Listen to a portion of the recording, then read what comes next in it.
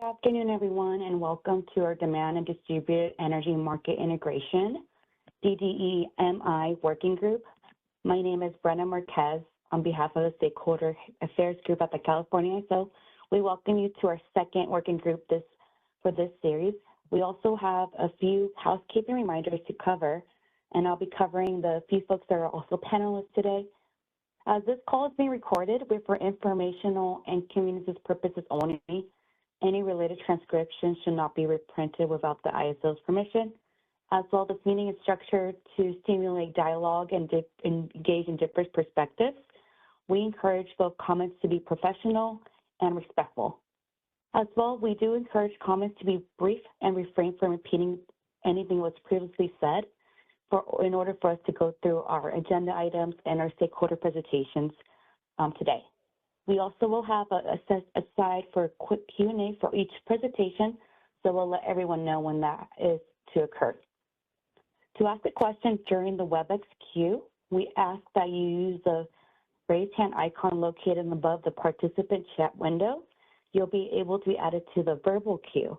Once you're added to the verbal queue, you'll be able to be unmuted by Ahmed, our event producer, and you will be asked to provide your full name and affiliation before stating a comment. Those also who are just dialed in through the mobile device as a phone line, you will use *3 to be entered to the queue. And we do have a few panelists, so when you do send a question through chat, be aware that you will be sending a chat question to all panelists, so they'll be able to see the question at the same time. For today's agenda, we will kick things off with Jimmy, who's our co-facilitator, also account manager at the ISO. He'll review the goals. We also have Juan, who will be covering, he's also the account manager and also co-facilitator for this working group, and he'll be covering the discussion paper overview and the upcoming working group sessions. And then next we'll hand it off to Ansel, who's our senior policy developer for this meeting, or for this initiative, and he'll be reviewing the existing PEM. We also have Jill Powers, who's also a demand response and distributed energy sector manager, who's also going to be here as a panelist supporting our members who are presenting on the few topics. And today's stakeholder presentations consists of 3 of them, and it's from the first one. We'll kick it off for Nostromo, and we have Josh Arnold and those who will be joining us shortly. And then we have PG&E, who will be presented by Johan. He's also here as panelist. And then we have Leap for Colin Smith. He's here also joining us today. As well, we'll close things out around 3:55, and we'll keep an eye out for the timing of our stakeholder presentations, but also if you do have any questions, feel free to submit over to us on chat or raise your hand. And lastly, we do have the stakeholder process that we have as an overview. As well, we provide our presentations recently this morning, so those get posted hopefully soon, as well the discussion paper that Juan will be covering in his presentation. So that's right there. And then at this time, I think I will go ahead and introduce Jimmy. He's also here to kick things off for today's call. So much, Brenda. Thanks again, everyone, for attending, and to those that attended the last working group, happy to kick off the second one and to see all the familiar names and faces and everyone new. So we appreciate everyone's comments received. I did submit comments once more. So as you can see from this slide, we're here today to sort of dig through those comments, right? Hopefully it's pretty straightforward. As mentioned on top, this working group is really meant to embrace the flexibility for organic and robust conversation on the topics at hand. So we did a really pretty thorough internal review of them to sort of place them in the different buckets, which we want to talk through today. About whether those are the right buckets so that we can kind of dig into them and dig into each bucket and further flesh out sort of the relevant problem statements or issues, right, that we want to prioritize for any potential policy development, things like that. So everything on the slide is really aligned with that intention for today, as you can see, starting with an overview of the discussion paper. As Brenda mentioned, Juan will dig into here shortly, which will go into the evolution of what we are thinking for this working group and moving forward, sort of summarizing the principles that we went over the last time, We didn't get too many comments on the principles, and we appreciate everyone's support for those, it looks like, from the comments. So the goal really is to finalize those principles today so we can really focus on any potential themes and priorities for policy development, right? And then the last one, right, after the principles go into those topic areas and categories and buckets. And then with that, we talked about potential education in our last working group and solicited comments on that. We did receive a lot of interest for education, which is great. So a good opportunity to level set and answer any questions you guys might have. We're going to start that with reviewing the existing CAISO sort of DR participation mechanics, things like metering, performance evaluation methodologies, excuse me, before going into really the challenges and ideas from you all. And then again, as Brenda mentioned, we thank PG&E, Nostromo, and LEAP for their presentations in advance. Sorry, LEAP should be on that slide. And we look forward to hearing after those presentations, really a collective discussion on everything from today. So I think with that, any quick questions from anybody before maybe going on to the next section?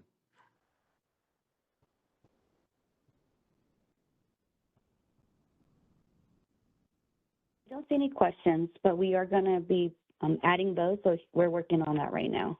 Thank you. Great, thanks, Brenda. Yeah, hopefully pretty straightforward, and we have a lot to discuss. So with that, I'll kick it over back to you, Brenda. Thanks.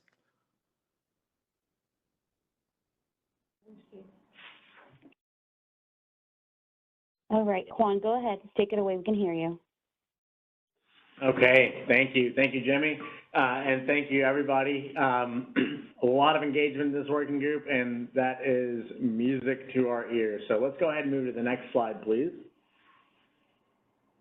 So I want to just take a little bit of time to go over, I've made the joke often about needing an acronym for this, so we went with DDEMI.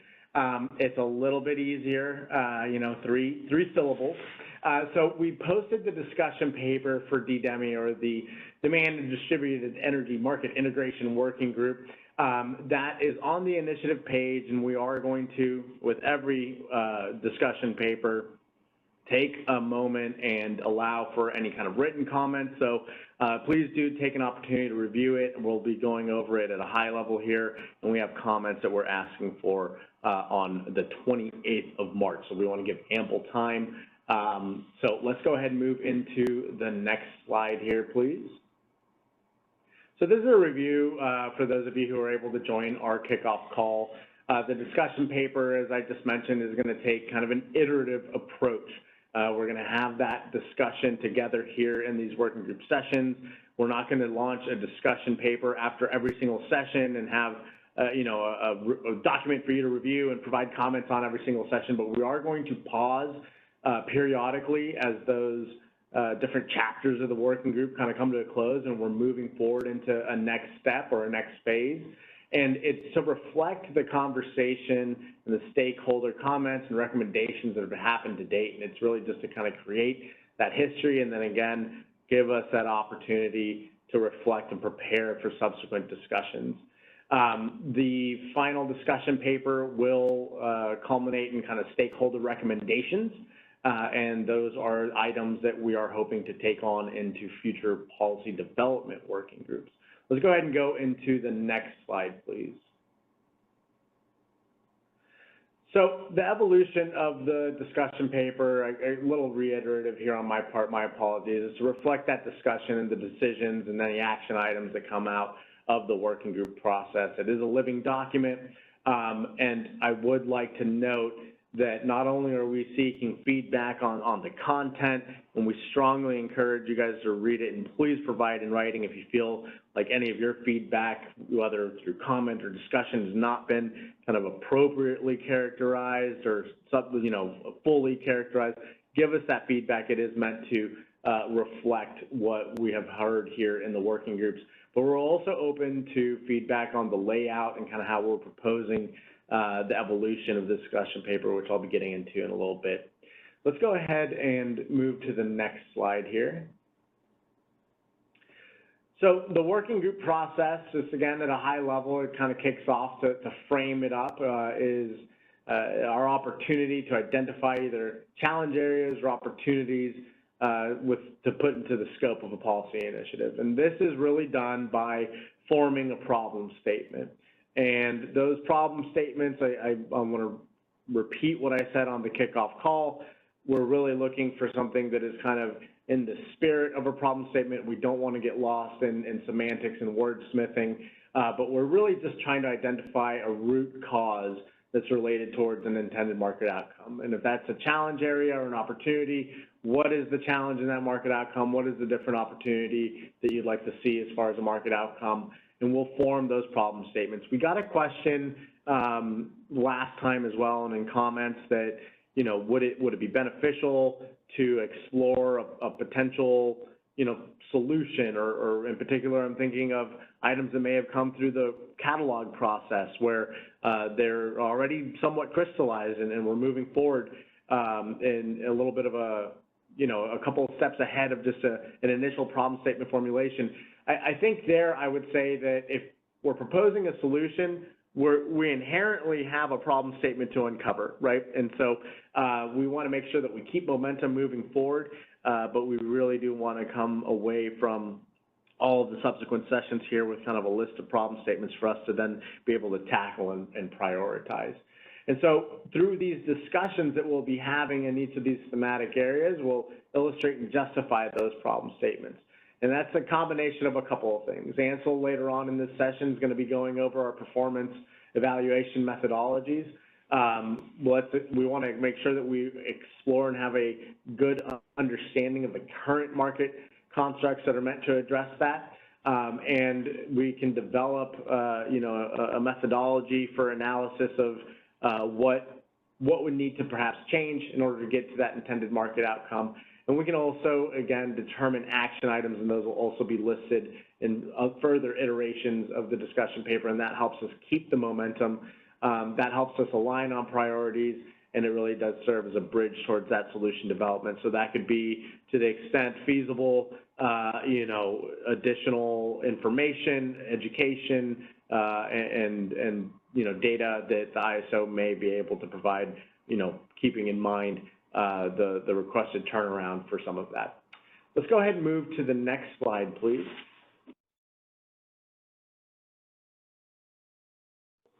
So this is just a visualization of the working group process. I intentionally moved the arrow kind of right in between principles and problem statements here.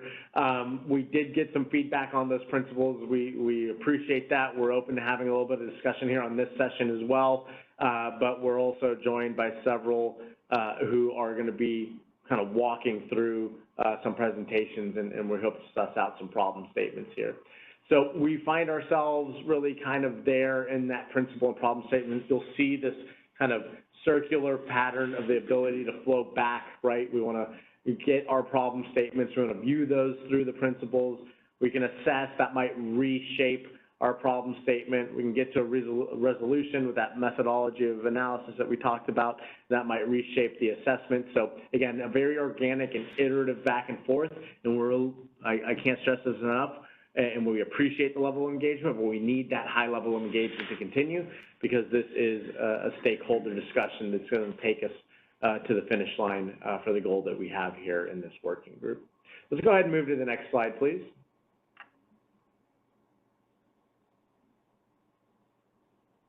All right, so let's talk a little bit about the principles, and we teased these out at our last session. And again, appreciate the feedback we've gotten there. And so I'm going to encourage, you know, hands to come up if anybody wants to react or add any of their thoughts at the end of this slide. But the DDEMI principles are really meant to capture that spirit of market design, and they're meant to illustrate and not necessarily dictate, right? So they serve as a lens for us to look through as we go into that problem statement development. And really what it does is it facilitates, that meant to illustrate, not dictate, I think is really important. It facilitates that problem statement formulation. Once we have all those problem statements, it facilitates comparison, prioritization, and the assessment of any potential trade-offs when we're exploring solutions to those problem statements. So again, at a high level, the spirit of that market design, I think we had really strong alignment. We got a lot of really good comments, just accepting the principles that we put forth. And then we had a couple of comments that also wanted to chat a little bit more around utilization. And actually, I apologize, I lied to you. Let's take hands at the next slide. Let's go ahead and move forward one more where we can take a look at these principles. So if we could go to the next slide here.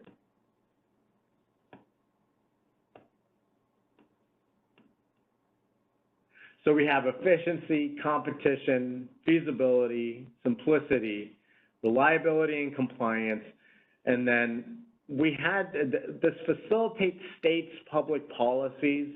This was our jurisdictional principle that we had in our last session. A lot of good feedback here, and we felt that this really helped kind of capture what we wanted out of that principle a little bit more, which is really that market design should facilitate states' public policies to the extent practical. And so here's where I will actually pause for some hands. I think the main takeaway that we had is that maybe a principle around, let's characterize it as essentially utilization. And what I would kind of pose to the stakeholder community here to hear your reactions on is that really the good market design, we see efficiency, competition, feasibility, simplicity, that reliability, compliance, and that facilitation of state public policies, all ultimately leading to that goal. The road they all go down is towards utilization. So let's give it a moment and see if we have any reactions or if anybody would like to share their thoughts on the guiding principles.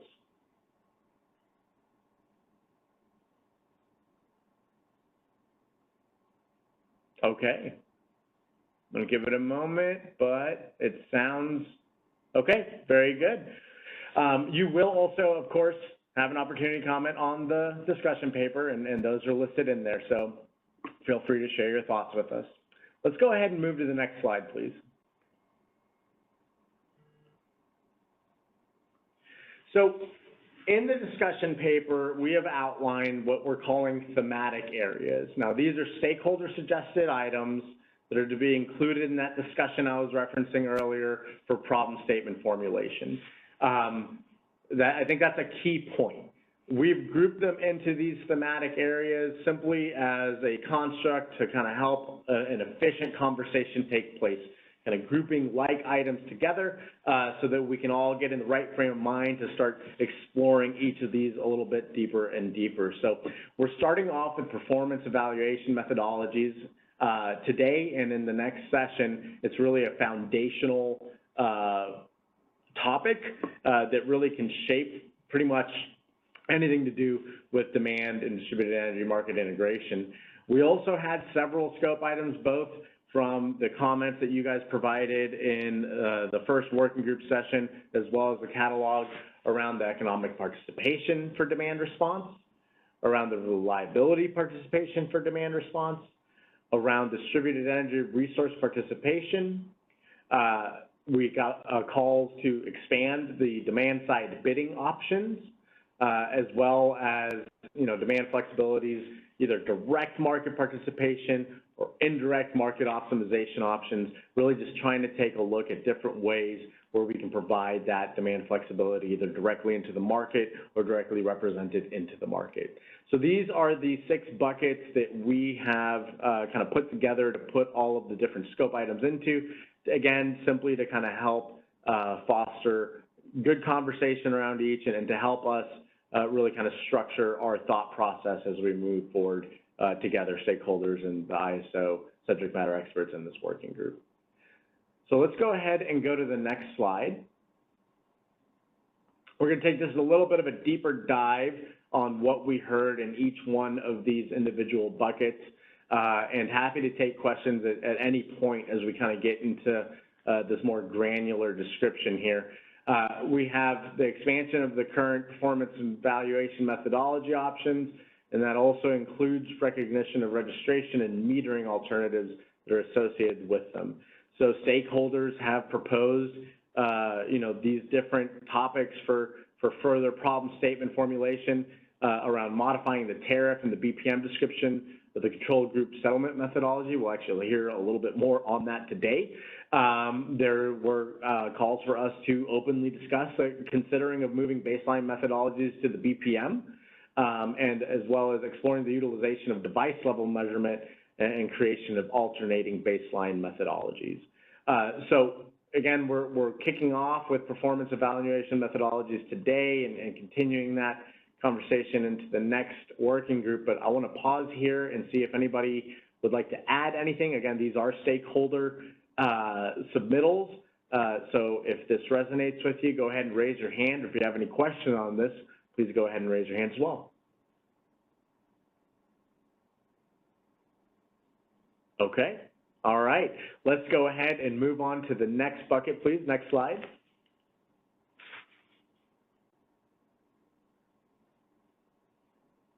All right, so this was around economic participation for demand response. So there's a call, we're calling this bucket kind of just exploration of new or expanded demand response economic participation models. Stakeholders have asked us to conduct a holistic refresh of PDR programs and update baseline methodologies to integrate those DR programs for the WIM and future EDAM entities.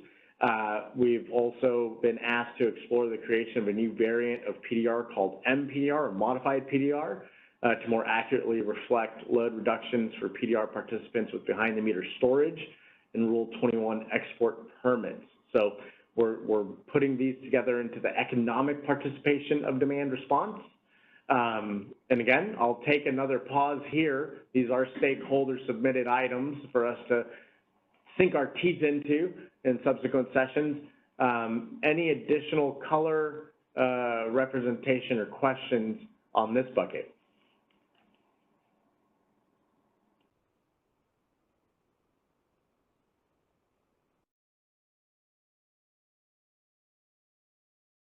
We do have a question. Let's take the first one.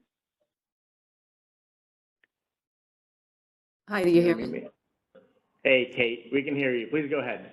Fantastic. Kate Unger with the California Solar and Storage Association. Just to clarify, in our comments, we were interested in exploring more fully allowing behind-the-meter battery exports in the market, even beyond what's proposed in MPDR. I'm not entirely clear that this bullet entirely captures that. So just wanted to ask whether you, your thoughts on that. Yeah, no, I appreciate that, Kate. A lot of words in the discussion paper, and I'm trying to distill it into a deck. That's noted, and I believe we do capture that around, we put that in the DER section. That might not be necessarily the best place. So, Kate, we appreciate that feedback.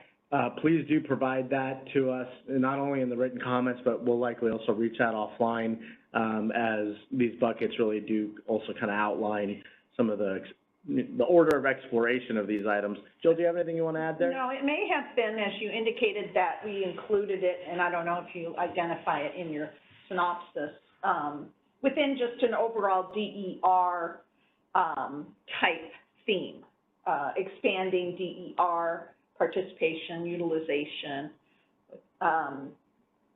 but we'll definitely go back, take a look at it.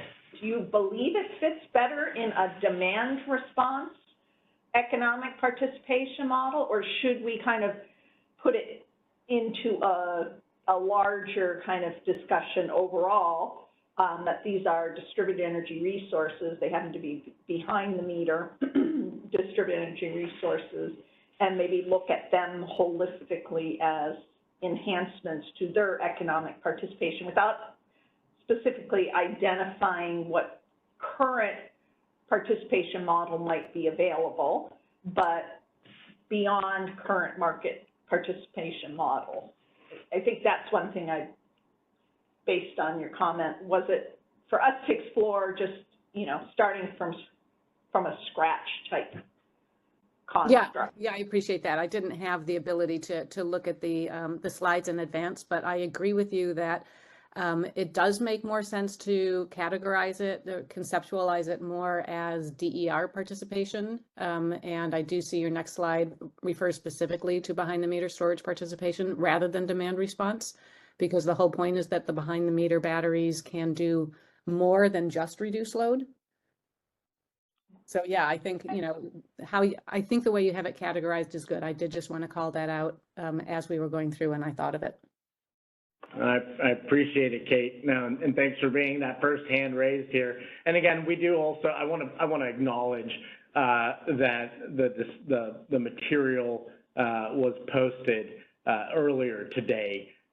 So, you know, our apologies for that. We'll tighten that up and get things out a little bit earlier moving forward. So, yeah, but again, just reiterating, if you do feel, Kate, you're absolutely right to raise your hand there. It's important for us to understand this is our reflection of what we've heard from you. And if anyone feels like we haven't characterized that feedback appropriately, do not hesitate, let us know, either raise your hand or via comment. So thanks for that, Kate. All right, do we have any other hands? No more hands. Okay, let's go ahead and move on to the next slide, please. This is really reflective of quite a bit from, excuse me, the catalog, which is a theme of new or expanded demand response reliability participation options. So stakeholders have put forth into this working group, you know, for us to form some problem statements and explore further the elimination of the 100 megawatt cap or a change to the exception criteria for discrete RDR resources above 100 megawatts to participate in the CAISO markets, to allow for RDR bid optimization to utilize startup times listed in the RDT, to explore methods to consider fixed cost in economic dispatch decisions for RDRR, kind of a matrix issue with economic, right? But with it being RDRR, we put it into this bucket, as well as to allow RDRRs to reflect a minimum on time greater than 1 hour to more accurately reflect those resources run times in the CAISO's market optimization and dispatch. So this is the bucket that we have around the reliability participation for demand response. I'm going to pause here and see if we have any questions or reactions, or if anybody would like to expand upon the stakeholder posited items for us to discuss. I want to comment on the approach. Could I comment? Go ahead. Raise my hand. Yeah. So as you notice, most of the comments were very specific as to, you know, the specific participation model, our reliability demand response model as it sits today. I was working with Juan very closely on the theme. While many of the items that we received were very specific to a participation model, it's again, this theme is more about expanding reliability participation options. Mm-hmm. It's not to say we're only looking at this particular model. You're absolutely correct, and I appreciate that call out. Again, this is a reflection of what was submitted to us, but both in this conversation and in your comments or the discussion paper, if there are, yeah, let's broaden it out. Yeah. For reliability participation. So, yeah. Thank you, Joe. Good call out. I'm not seeing any hands, though. So let's go ahead and move on to the next slide. And Kate, this one's for you here. This is the distributed energy resource direct participation or the indirect market optimization options. And so the two items that we see here from stakeholders is really an exploration of both demand response and DER programs within the WIM and in EDAM, and then also that exploration of behind the meter storage participation in the wholesale market. So we viewed these together as a good again, kind of bucket, sorry to use that term, it's just one that's stuck in my mind, but we feel like we could have some really good discussion and kind of synergy amongst presentations and formulating problem statements with these items together through DER. Now, again, to the same point Jill just made about RDRR, this is what we've heard to date. So, again, you are able to put forth different items for us to explore, and when we hear that from you, we'll group them together into this thematic area. But I think, too, what we're trying to recognize is the themes doesn't necessarily restrict us from looking at current models. Correct. It's opening up, you know, the ability to reconceive, you know, new and different ways. Absolutely, absolutely. So we can have blue sky thinking, right? And that's what we're looking to you, the stakeholder community, for. So we did get a question in the chat: is RDRR just for the reliability of the CAISO BA, or EIM and EID entities can design programs for the reliability and contribute to passing the RSC? And Jill, do you want to take a crack at that one? I think this, Helen touches on kind of some thought process I've been going through. While the current participation model, RDRR, is specific as to when we enable bids from these type of resources into the market, very BA-centric. But that's why we're kind of stating that it's not just about that model. Correct. Could there be other type of model, reliability type programs that may sit within, you know, sit very separately from a true, just specific economic? While RDRR is economic, there are some conditions, specifications under that type of participation model when their economic bids are enabled to the market. We don't want to, you know, try and fit other BAs into that reliability. Well put, absolutely. And Helen from SMUD, I think that's exactly you were thinking the same way as what Jill wanted to add onto the reliability participation. Again, the items we received were around RDRR, but we can definitely come up with and talk about the creation of a similar type kind of emergency trigger or something along those lines for other BAs. And I see your hand is up, Helen. Let's go ahead and unmute Helen, please. It out. Have to raise a hand. Thank you. Just to confirm, well, I should learn it sooner rather than later. Just to confirm that we have the same understanding, is that the scope of this work is to expand that or to kind of rethink RDRR from a broader context, correct? That's TBD as part of the discussion. I wouldn't even bucket it into RDRR. Yes. Reliability type programs. Okay. It's really about, you know, the harmonization of, we have our state and other state programs into the market. I see. So if it kind of falls in a more reliability, kind of there's some you know, non-specific economic kind of conditions that we need to take into account within a model, then that's kind of where that sits. Well put. Absolutely. Can I say it back? So what's in scope is the exploration of a reliability product, but the phrase RDRR is unique terms of art that's already pre-established, correct? Correct. So RDRR, okay, so we're not going to piggyback off RDRR because it's a very specific term. And then, but the subject matter of exploring that possibility of a reliability product is in scope. Absolutely. Yeah, well put, Okay. Helen. Absolutely. I got it. If we could go back Thank to you. slide 17 real quick. Yeah, thank you. So, yeah, absolutely. You know, you'll notice that the items that we received, because again, this is a reflection of stakeholders' items that they want us to explore. But we also have heard, you know, just discussions of a reliability participation type program that's outside of RDRR or different states as well. And so that text in bold, that's the theme. New. And that's what we're wanting the stakeholder community to feel free to propose additional items that would then be reflected in those little sub-bullets there. So I think you're right on the money, Helen.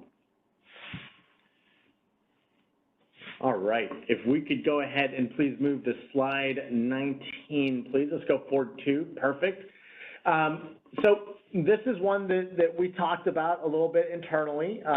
We felt that it would be a good idea to put this into its own kind of a call out, and this is expanding demand-side bidding options. And what we have submitted from stakeholders right now, right, that's our theme. The particular item that stakeholders have asked for us to consider to formulate problem statements in and, eventually, lead towards that prioritization and policy development discussion is to explore models that allow for participating load resources to bid in demand in the real-time market. Or kind of put another way, real-time load bidding, right? So, again, it's its own kind of individual call-out, but in the spirit of the discussion we just had, we're looking really for an expansion of demand-side bidding options, so it's open to other items as well. So I'm going to pause here and see if we have any hands go up, any kind of question or any kind of reaction, or if anybody wants to add some additional thoughts if this item resonates with you.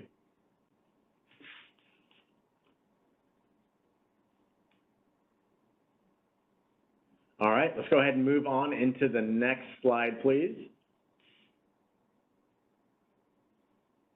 And then finally, our last bucket, so to speak, is it's enhancing demand flexibility market options. And we have several items here that we've heard from stakeholders on. We'll start off with the working group exploring a way to develop market rules for the use of hydrogen electrolyzer technology and enable that electrolyzer technology to participate in CAISO's markets as a participating load resource. We've heard the exploration of utilizing the NGR participation model by WIM entities, and we've also heard a desire to explore the representation of DR via base schedules for WIM entities.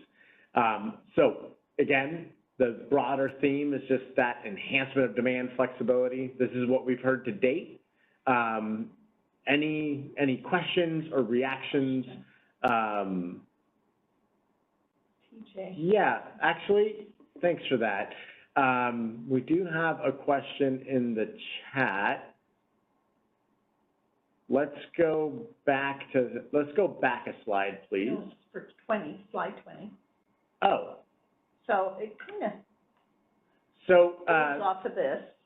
Yeah, and sorry, let's go back to slide. There we go, TJ. Yeah, sorry, I think it was slide 19. Yeah, so TJ, in short, this was an option that we received, or a catalog item that we received here. So the purpose of this would be really to explore how it is that we might be able to either adjust or create models to allow for that real-time participation, or sorry, load resources to bid into the real-time market. Because if we're able to do so, it stands to reason that we may be able to achieve a more efficient market in doing so. So I think that, we got this one from DWR, as you're well aware, TJ. Jill, do you have anything you'd like to add on this one? Because well, obviously, we kind of thought about it in slide 20. The particular sub-bullet is very specific to the participating load participation Correct. model. Again, it's one of those things where we said, well, is that the only, do we just want to specifically focus on the participating load, or do we want to just look at expansion of these type of loads? And I think it kind of falls into the next theme as well, that, there might just be a better representation in terms of a load, a load that can be direct, that is metered, that's different than what we have in our other participation models that allow for aggregations and a variety of different policy kind of options within the aggregation model. But this is, to me, more about we have demand, we want to find ways in which we can participate in the markets, and we want to bid in that demand into the markets. And in this particular option, they do call out a specific model, but they are calling out desire to expand that into the real-time market. So it's almost just like well, let's just look at bidding demand options. Exactly. Instead of saying we're going to enhance participating load model. I So think that helps.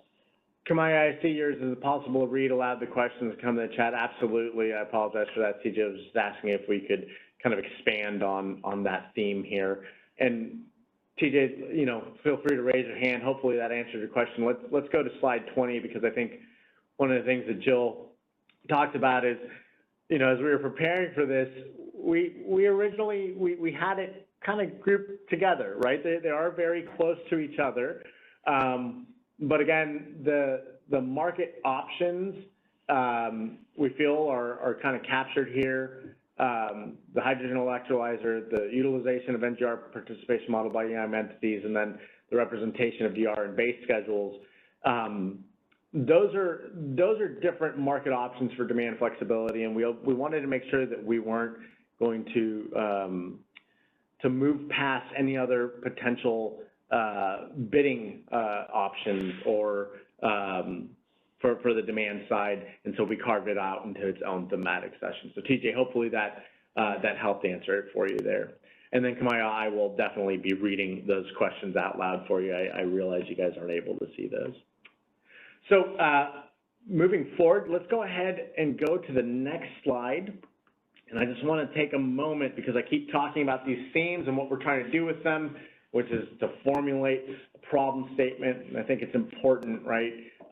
If you have a solution in mind, you inherently have a problem statement. This is not meant to be a step back, but again, it's meant to be just a deep understanding. Sometimes it's helpful to take a step back because we might be able to find synergies across the board. And so the way that a problem is defined definitely influences how it's solved. And that's why a problem statement is so important, because the net of this engagement with you guys is going to be a future policy development working group where we will be making those design changes. So it's important to do so, because there might be a lot of different ways to define a problem when there might be more than one relevant policy that is impacting the challenge area. When we have our principles, there may be multiple trade-offs. We might have an impact to more than one market outcome or function. So it is important for us to kind of come together and capture that problem statement. Again, not to get lost in semantics, but to capture the spirit of what the challenge area or opportunity area is via that problem statement. We also have a varied stakeholder group in attendance on the last session and attendance here today, and stakeholders are going to have different perspectives and experiences that can help illustrate that potential root cause. And so we're all better together, and so the more that we can kind of make sure that we take that step back and formulate a problem statement, the more robust the solution should be. And then also, again, that's what these working groups are for, is just that collaborative process where we can take, or I think currently we're around 100 attendees on this call, the collective experience and expertise of those here at the ISO and the experience, expertise, and perspectives of all those on the line. That's going to be a really good collaborative process in order to build these and ultimately lead to some good market design solutions for us.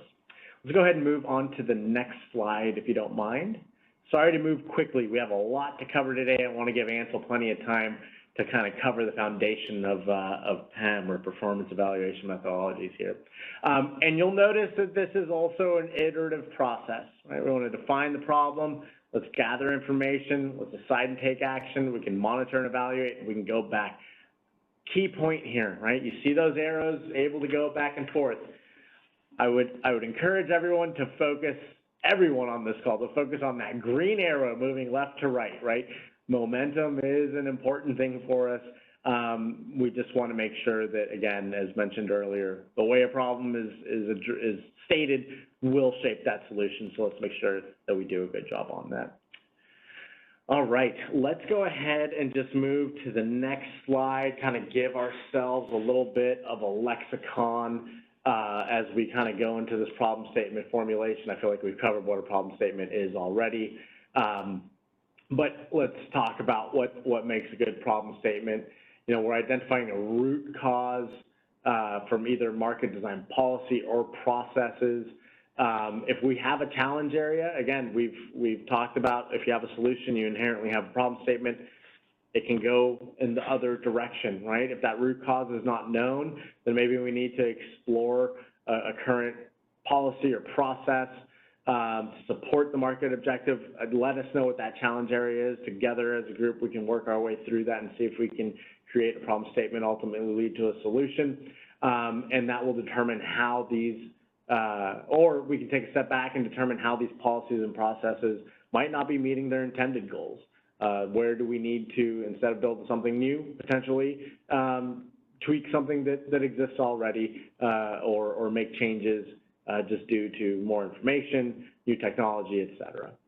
And then we're going to be able to determine those trade-offs. Again, this is getting into solutions, but once we get to those problem statements, we'll be able to determine those possible trade-offs associated with those guiding principles of just solid market design for demand response.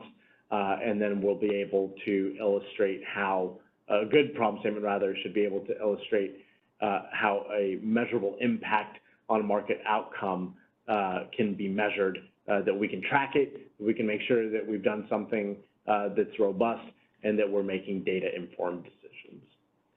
So with that, that's the end of my slides here. I want to just take a pause, open the floor for any reaction, either to any of the thematic areas, any ideas on problem statement formulation before we move into performance evaluation methodologies.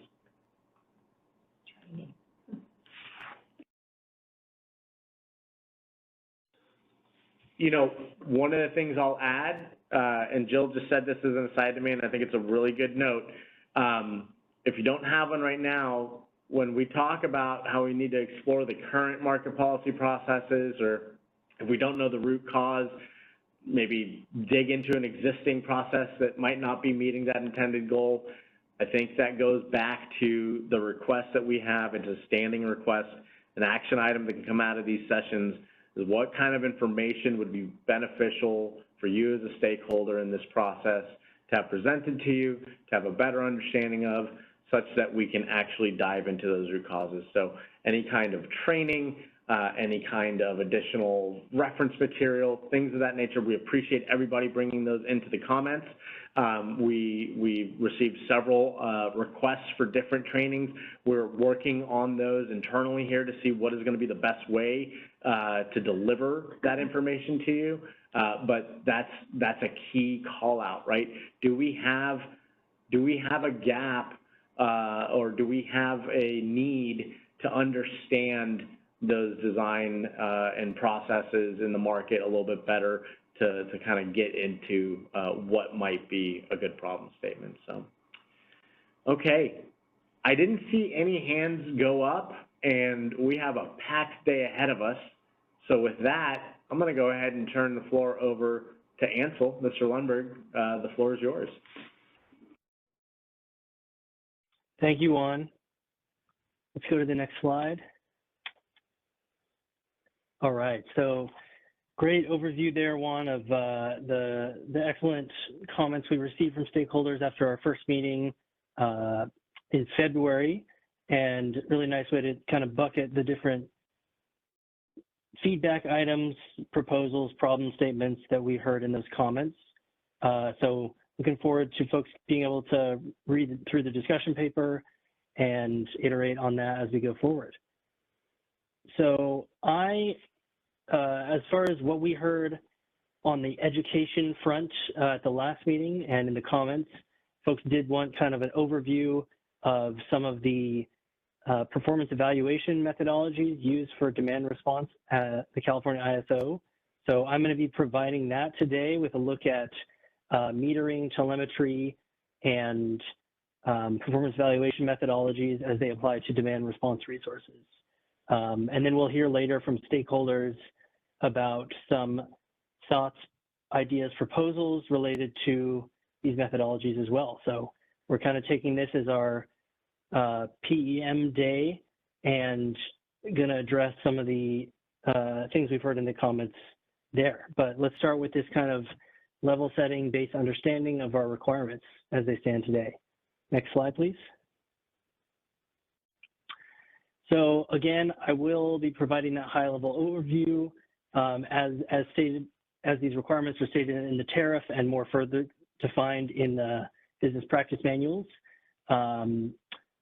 We will kind of running through our agenda, these bullet points, review our demand response participation models in our markets, talk about the relationship between these different mechanisms, telemetry, metering, methodologies, and settlement quality meter data.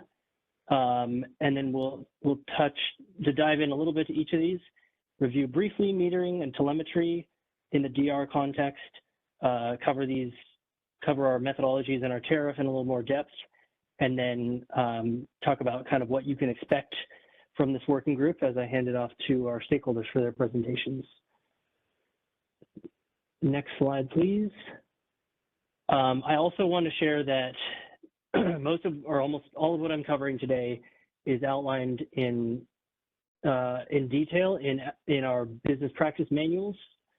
I'll particularly call out the metering BPM, the direct telemetry BPM, and the demand response BPM. And each of those, if you would like to dive into anything I cover kind of at a high level today, those are where you can go to find more information. Okay, so a brief overview of our DR market participation models. In the February working group, I did point to a matrix document that we have on our demand response website at kaiso.com that goes into more depth on this, but I just wanted to touch on this to frame our discussion of metering, telemetry, and settlements. So next slide. So this slide, I have this orange box here to kind of cover what the context of what we'll be discussing today. So these are two of our demand response market, supply side market participation models. So PDR is proxy demand resource, and RDRR, as we were discussing earlier, is reliability demand response resource. These are both economic programs that enable DR market participation. Of course, RDRR has a emergency flavor that only enables the bid into the market during emergency or kind of pre-emergency conditions. We also pointed out participating load and pump storage models. You know, you could also consider these to be load participation in a way, but most of what I'll cover today covers these two. And kind of from an interconnection perspective, both of the models in the orange box are resources interconnect to use these models via Rule 21 if participating in the CPUC jurisdiction, California Public Utilities Commission. But our tariff language just generally requires some kind of load interconnection at the utility level. Next slide, and I'll pause strategically to take comments or questions here. This is just a little bit of a deeper review of those two participation models, just indicating that they do rely, RDRR and PDR both rely on the same technical functionalities and infrastructure, but have different requirements and different participation options for different products in our markets. So you see here, RDRR cannot provide ancillary services while PDR can. And again, RDR is more focused on reliability because of that emergency trigger element. Next slide, please. Okay, I'll cover this slide and then we'll pause briefly for questions. So next slide, please. I'm just going to cover here kind of how everything is related that I'm going to discuss. So I'm not just giving you kind of a barrage of information that you can find in the BPMs. So when we think about demand response, we think about metering, telemetry, performance evaluation, and settlement. So just to kind of walk through these, I like to think of it like telemetry. Well, first of all, is not required for most demand response aggregation unless the aggregation is greater than 10 megawatts, or they're providing ancillary services under that PDR model. And RDRR actually has no telemetry requirements regardless of size. And we have a note here on the section in the telemetry BPM talking about the requirements when PDR is required to provide telemetry. So, you know, for those resources that, the PDR resources that don't provide telemetry to the CAISO, you can think of it as we kind of assume things will deliver in that operational time frame since we don't have telemetry. But what we do, you know, is assess later in the settlements time frame via meter data, which I'll discuss more, to make sure that we have that settlement quality meter data, and that incorporates the performance evaluation methodology. So number two there, the metering element, again, that's data that we receive, and not only do we use that for settlement, but also is used by CAISO and our Department of Market Monitoring to do monitoring as well of demand response performance. And then number three, performance evaluation methodologies. Those we have a list of those that we'll be going over here, but that is approved. Those methodology are approved for use by the scheduling coordinator for DR aggregations, and those are used to calculate customer load baselines and also to provide demand response energy measurements for PDR and RDRR. And then, so that's number four there is, that's how settlement quality meter data is produced and submitted by scheduling coordinators. So that's kind of the flow. It's not really chronological per se, but how everything fits together here. So I will pause here to see if there's any questions at this time. Otherwise, I'll dive into kind of each of these to cover in a little more depth.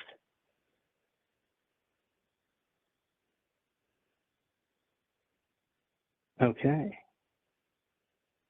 Great. Let's go to the next slide, please. And this is a graphical representation of what I discovered, or what I discussed in the previous slide, kind of discussing the process for demand response resources and how they submit their meter data that allows settlement quality meter data to be provided to CAISO for settlement purposes in the post-market timeline. The next slide. So we'll jump in now to talk a little bit about metering and briefly about telemetry. Next slide, please.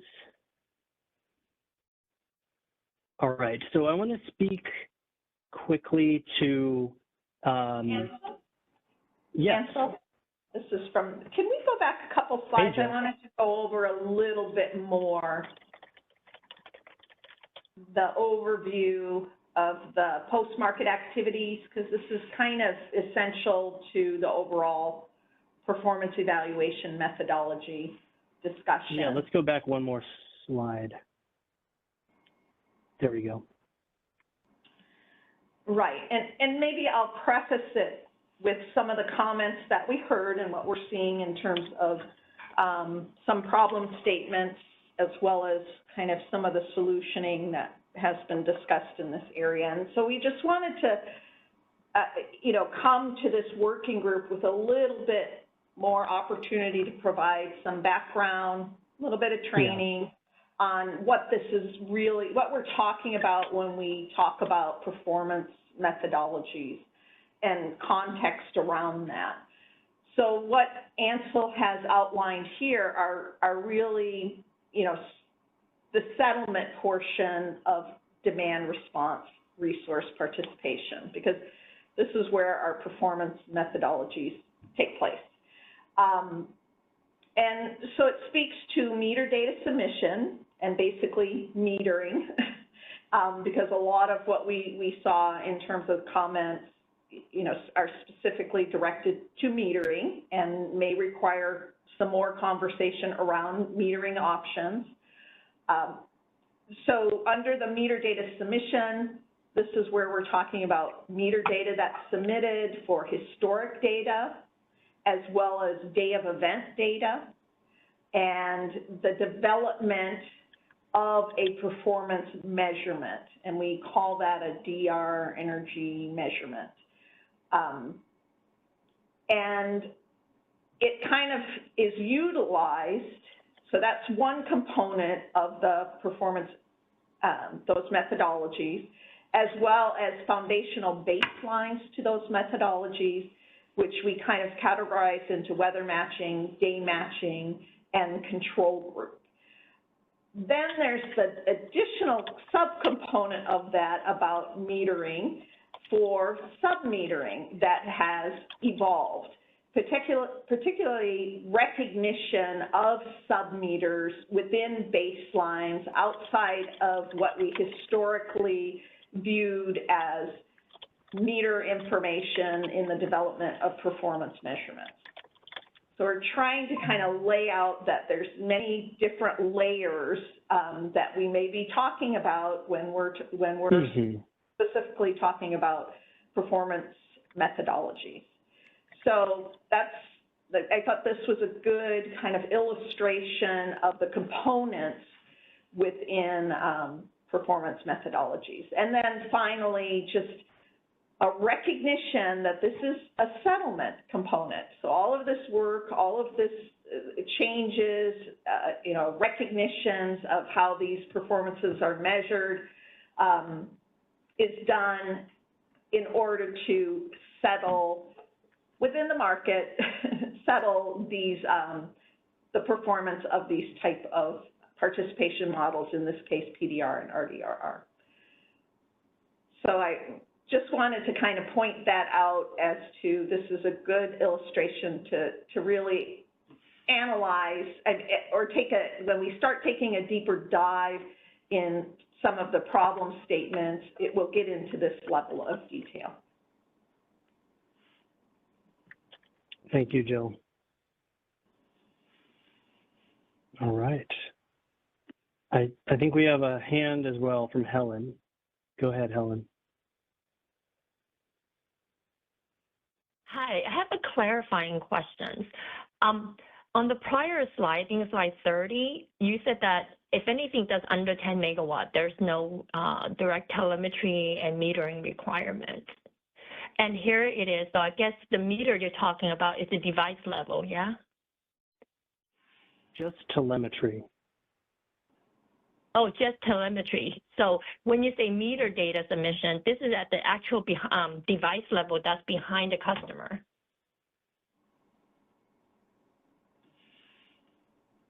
The meter data submission, what is the meter data? Is the device level?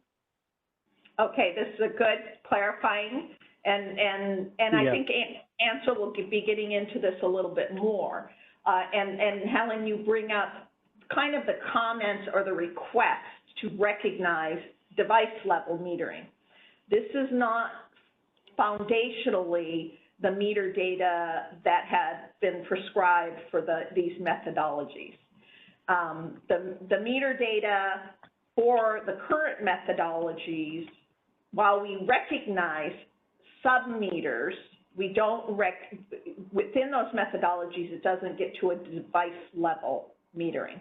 It's always been a facility metering, the utility metering, or we have expanded the use of metering constructs that consider sub-meters from energy storage as well as EVSEs. As a proxy for, right, basically you're not taking the device level metering, you're taking at the facility level and you create a methodology to as a proxy for the impact. Correct. Of the program. Okay, got it. Thank you. Thanks, Helen.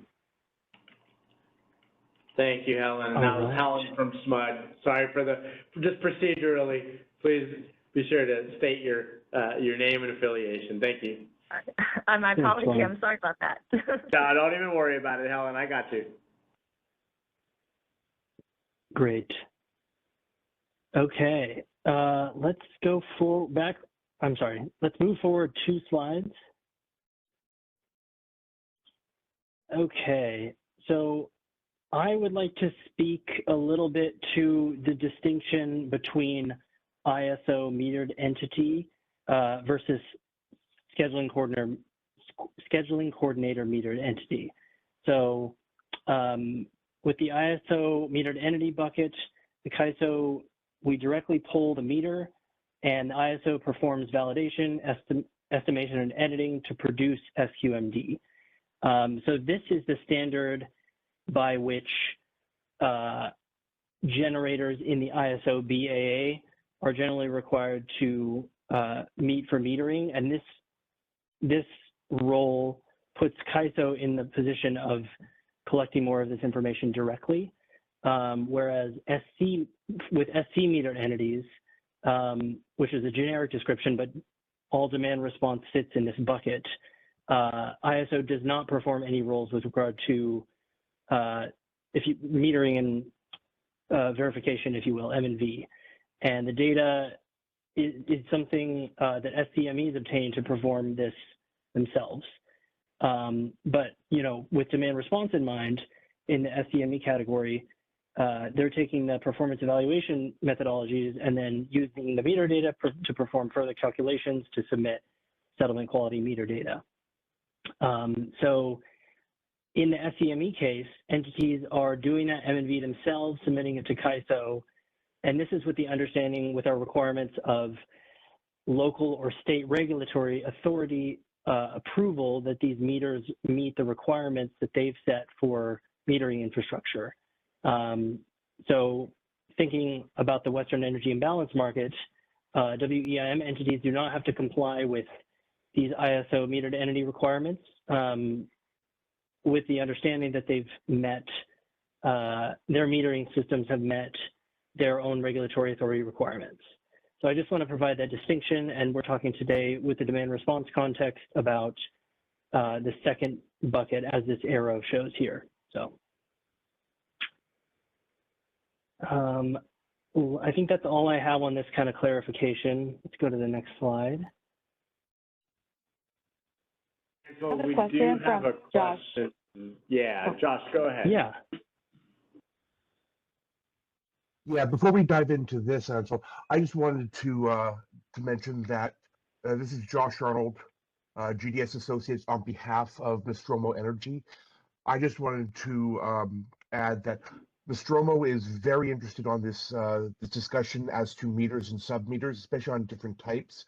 We believe there's a large variety of meters now on the market that would be very effective for demand response and similar methodologies, including behind the meter battery exports, of course. So we wanted to voice support for that discussion going forward. Sorry, I didn't get my hand up at the opportune moment for that statement. Thank you, Josh. Great. So just a little bit more on the distinction between scheduling coordinator metered entities and ISO metered entities. There's a list here of the SCME option of the entities that this is available to. As I mentioned at the bottom of the list there, WEIM entities can meet this characterization. We've heard from EIM entities that the ISO metered entity option can be costly. SCME provides an advantage that does not require the installation of ISO approved meters and does not require metering inspection from the ISO. As I spoke to in the last slide, we rely on the regulatory authority approval in whatever the context may be to provide that verification and those requirements for metering infrastructure. And sort of what Josh spoke to, or related to Josh's comment here, actually, let's go to the next slide. So timely slide here. So as Jill said, we do recognize sub-meters beyond just that regulatory authority approved load meters themselves. Everything in the previous slide that I talked about was relevant to utility meters, where we do have a few performance evaluation methodologies that I'll discuss later that do recognize sub-meters, like Jill said. And so these were approved by FERC, these methodologies. We had to create a registration process to submit a little bit more information about these meters, showing how entities still did evaluation, validation, and estimating. And we included some process in these new methodologies to ensure that accuracy requirements were met in these methodologies. So let's go to the next slide. All right, so now I think we can jump in about a little bit more detail on these performance evaluation methodologies. So next slide. Great. So this slide at a high level kind of provides three buckets, if you will, for different performance evaluation methodologies that are included in our tariff. And so again, these can be used to calculate customer load baselines and also demand response energy measurements, like Jill spoke to in that graphic timeline slide. This is for PDR and RDR again. And I would point you to Appendix B in the demand response BPM, which has a great outline of different data submission requirements based on the various methodologies. And on the metering side, the metering BPM has more information about the meter data used that these evaluations are actually based upon. And that sort of underlying data is needed for monitoring purposes at CAISO and from our Department of Market Monitoring. So we do have oh, I apologize. Go ahead. Sorry. Yeah. Let me just run through these kind of buckets, and then we'll take hands, because the next slide is like the big list. So generally, these three buckets, we're covering control group methodologies, day matching, and weather matching methodologies. So at a high level, the control group methodologies establish a baseline of load patterns during curtailment events using non-dispatch customers with similar profile. So you're kind of looking at a group of customers who are not part of the program and compare the curtailment to the dispatch customers with a similar profile. And the day matching methodology looks at, instead of different customer groups, looking at event days versus non-DR event days, and compares those to establish a baseline. And similarly, weather matching is sort of a nuanced distinction there, but looks closely at most similar weather on different event days versus non-event days. So I'm not going to speak to these adjustment factors and caps. We've spent some time with stakeholders in the past talking about these factors, but just at a high level, all of these different buckets, we've had various stakeholder initiatives in the past several years talking about these methodologies and hearing, different ways that it would make sense to modify or expand these groups. And, generally, these are based on NASB standards that recognize these three buckets.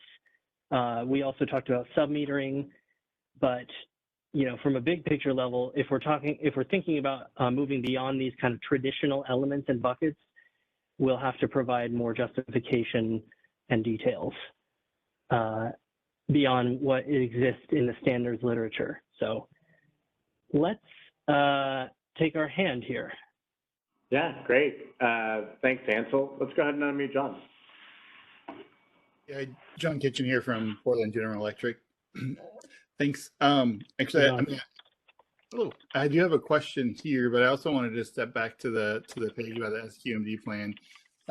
So really quick on just typically the SQMD plans, thinking of larger resources, you have details of like every single meter and everything else. So what are you guys thinking about SQMD plans for DERs? Is this just like a high level, hey, I've got an aggregator, here's their basic information, or are you actually wanting to have like all the particular meter data associated with the DERs?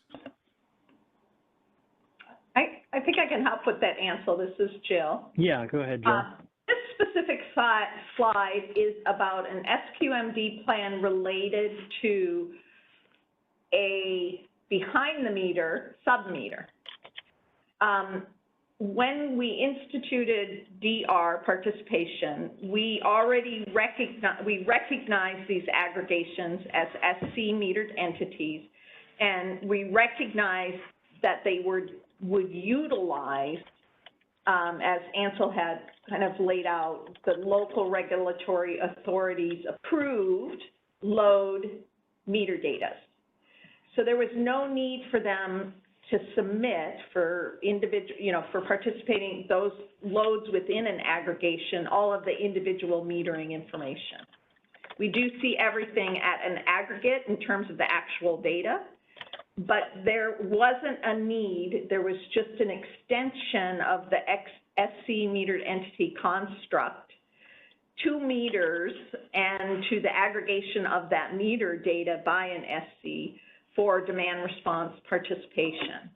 Now, when we started looking at wanting to provide performance measurement that was based on a behind the meter or a sub-meter, that's when we needed to represent it, have it represented to the ISO under an actual settlement quality meter data plan, which does identify, like it does for, as you're mentioning, that SQMD plan was a construct for WEIM participants, other participants that wanted to use the SC metered entity construct.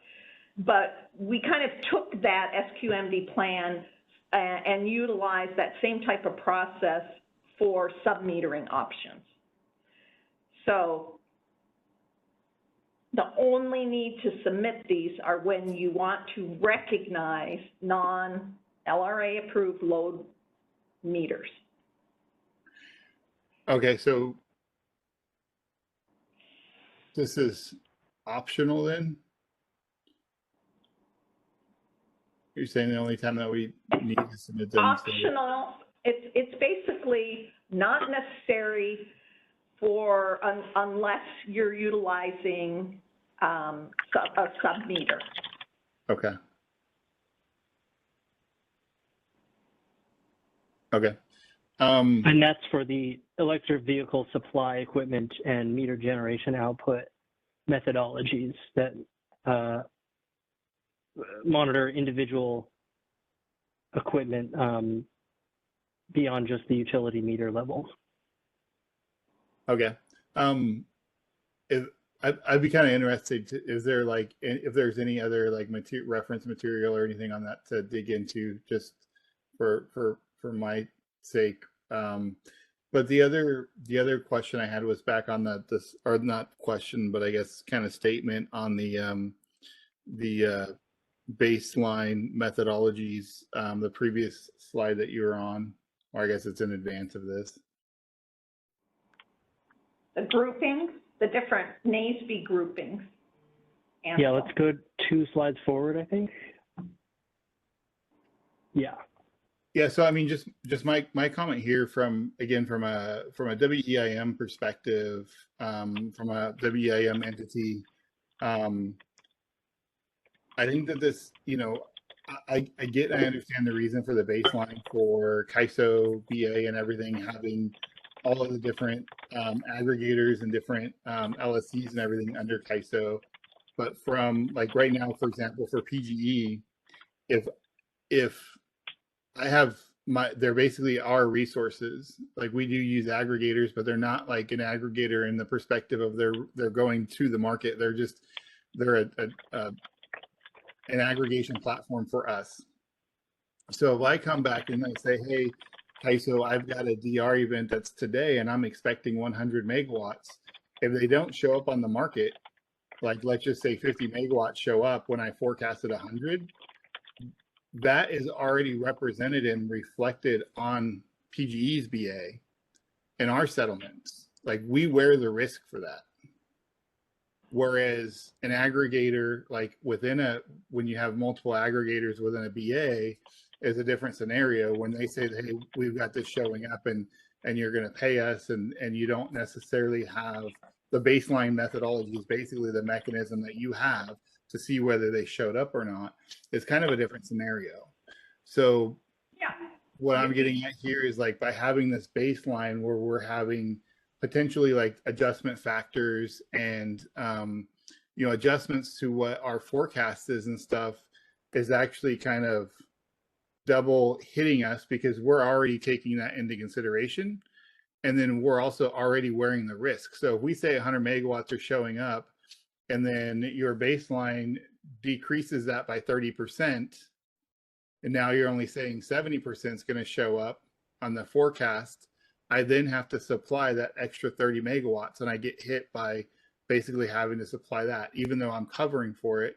And I'm also wearing the risk if it doesn't show up, right? Because if it doesn't show up, then I'm also the entity that's wearing the risk on that. So that's yeah, and that's not the intent at all as to that adjustment factor. It's not an uncertainty factor. It's just in the calculation. And again, that's why we're trying to really lay out an understanding of how these baseline methodologies are utilized within the performance measurement. It's not about a forecasting. This is about a settlement.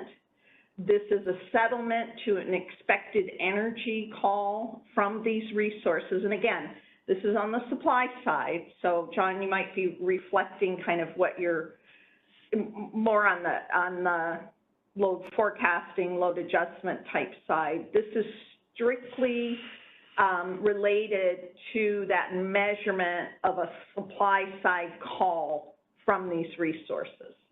okay. And it's definitely not any type of uncertainty factor from a forecasting. It's on the performance.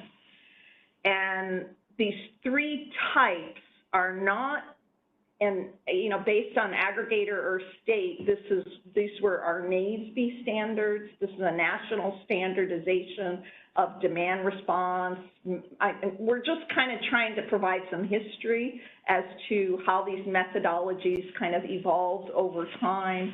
And we somewhat started with, as the foundational construct, having some standardized methodologies to consider.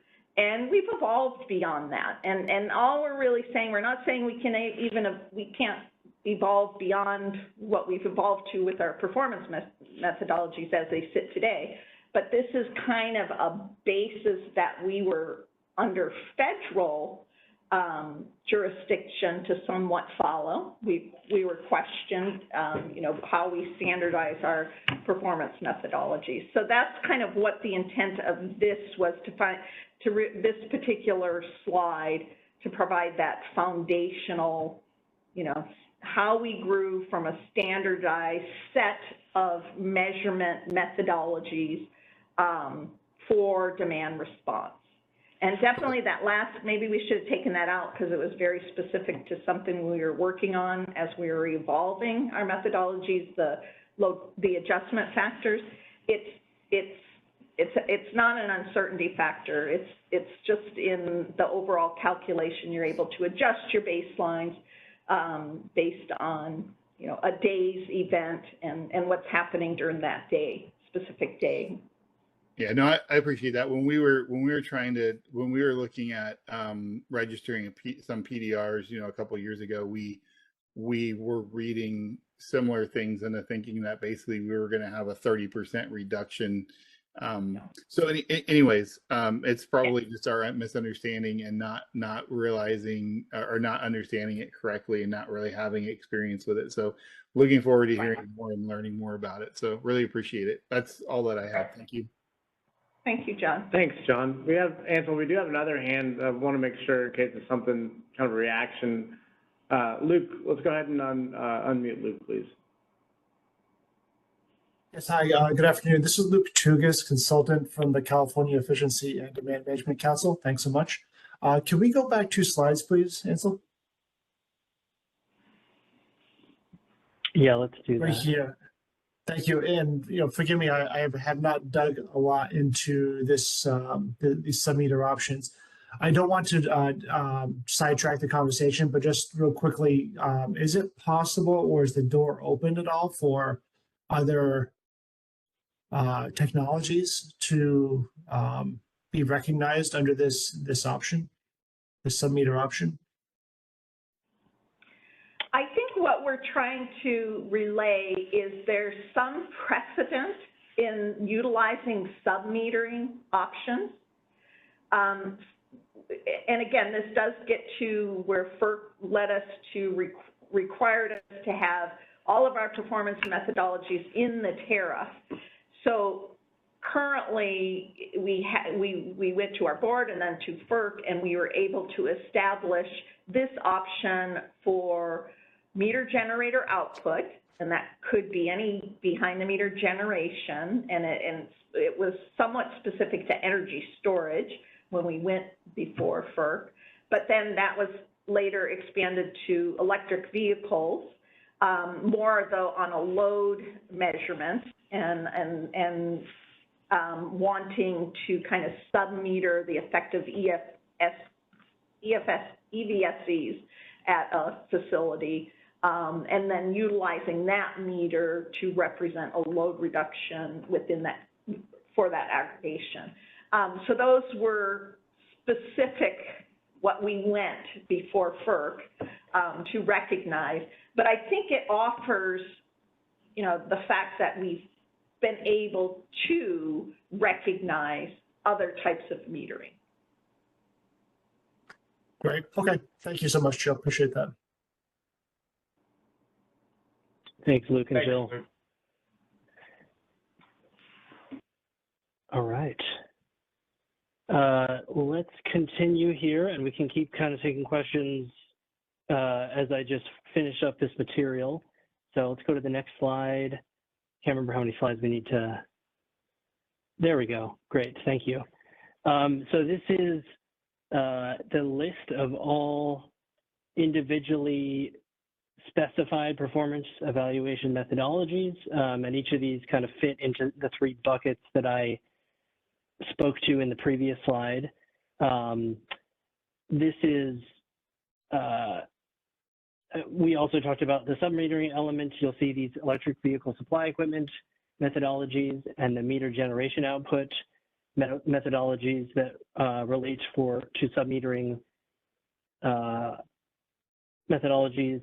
And so this is, I'm not going to speak to each of these individual methodologies beyond what we spoke to in the buckets in the previous slide, but there's a lot of history here, again, as to kind of how we've engaged with stakeholders and policy initiatives we've undertaken in the past to evaluate different kinds of performance evaluation methodologies, and some of the more unique ones, such as the MGO and EVSE methodologies. So I think that going forward, we have a lot of options here. They are specified in the tariff, and we'd like to kind of see how these meet or don't meet the needs of different stakeholders and participants here. And again, we will be hearing from our stakeholders a couple presentations after this, so we can dive into that conversation a little bit.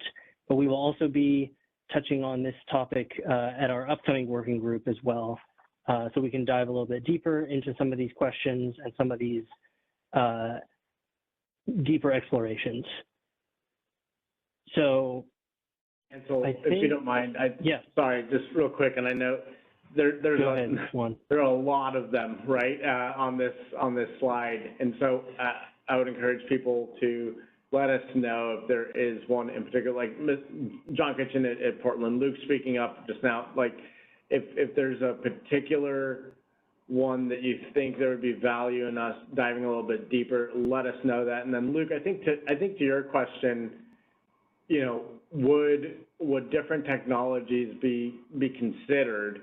I think Jill did a good job outlining how it was we arrived to this list, which is not exhaustive, by the way, with this in our tariff. I think yes.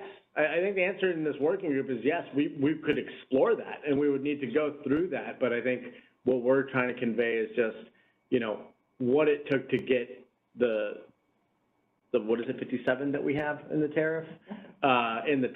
So we're looking forward to everybody's feedback on that. Sorry, Ansel, please go ahead. No, that's perfect, Juan. Thank you. So let's go to the next slide, please. Okay, and we've covered some of this a little bit more on sub-metering configurations for proximity memory sources and RDRR. Jill spoke to how DR can be separated into this facility response as well as behind the meter generation device response. And there's a schematic here indicating how that loads response is measured and produce a baseline using kind of the net meter minus generation meter to provide a virtual meter quantity. And we can go to the next slide, which covers also the electric vehicle. I'm sorry, this covers the more generally sub-meter configuration, different options that are available for sub-metering here. So I'm not going to speak specifically to these items, but kind of as Juan alluded to, we're willing to dive into these different methodologies to discuss further, kind of give more context and understand what our stakeholders are interested in reviewing. So, okay. Let's go to the next slide, to the last slide, and I can just close us, but we can also take kind of additional questions as we've gone through this before we hand it off to our stakeholder presentations. So I think from kind of what you can expect from the working group, you know, we have received kind of proposals from our stakeholders for considering different new methodologies, and we want our participants to kind of look at proposals, consider what we already have, what we've gone over here today. We received proposals in the catalog that the request, this was last year, 2024 catalog, the request to consider moving the list of methodologies from the tariff into the BPM, and kind of different levels of meter data that's provided, at what levels of accuracy.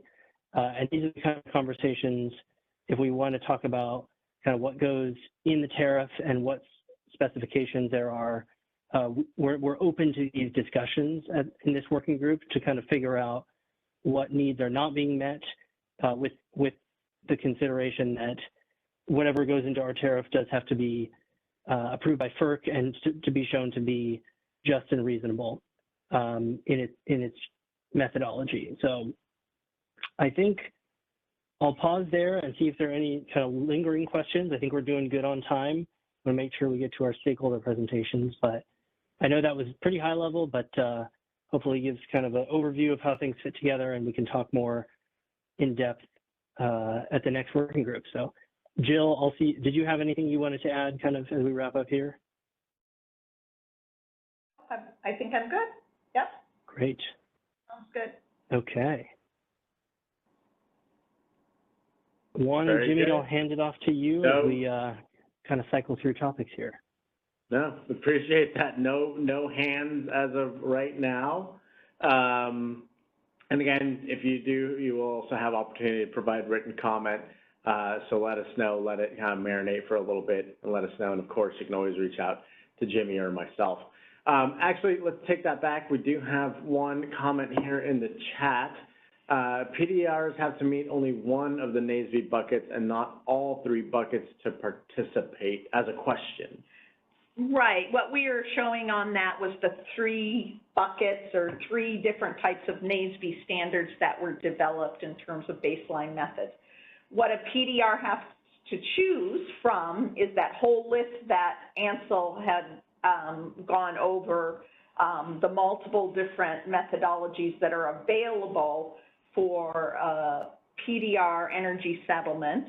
So no, just one of those. It's just chosen, and you could choose one at one point in time, and you could make adjustments to that if you want to move to another as your aggregation or your program grows, and you have different types of participants. And Juan and I even were discussing that those three buckets kind of expanded because, you know, we had different types of day matching, different types of weather matching. We used some that were better for residential, some that were better for non-residential type aggregations, and then we even allowed for aggregations with a combination of residential and non-residential, and it just kind of, as Ansel alluded to, we've evolved, you know, starting from one methodology, 10 of 10, now to that full list that you see, inclusive of representation of sub-metered type of resources. But you could choose one, just one, fulfill one for your PDR that best fits your program. Thanks for the question, Nadia. Okay, Ansel, great job. Really appreciate it, and looking forward to round two. Again, we are going to be continuing the PEM discussion. There's a lot to unpack, and we'll take the feedback from this call, and I think maybe some of those particular methodologies we might be able to break into them a little bit more. So thank you very much, sir. Actually, at this point, Brenda, I'm going to toss this one over to you. Let's go back a slide if you don't mind, because I think we're going to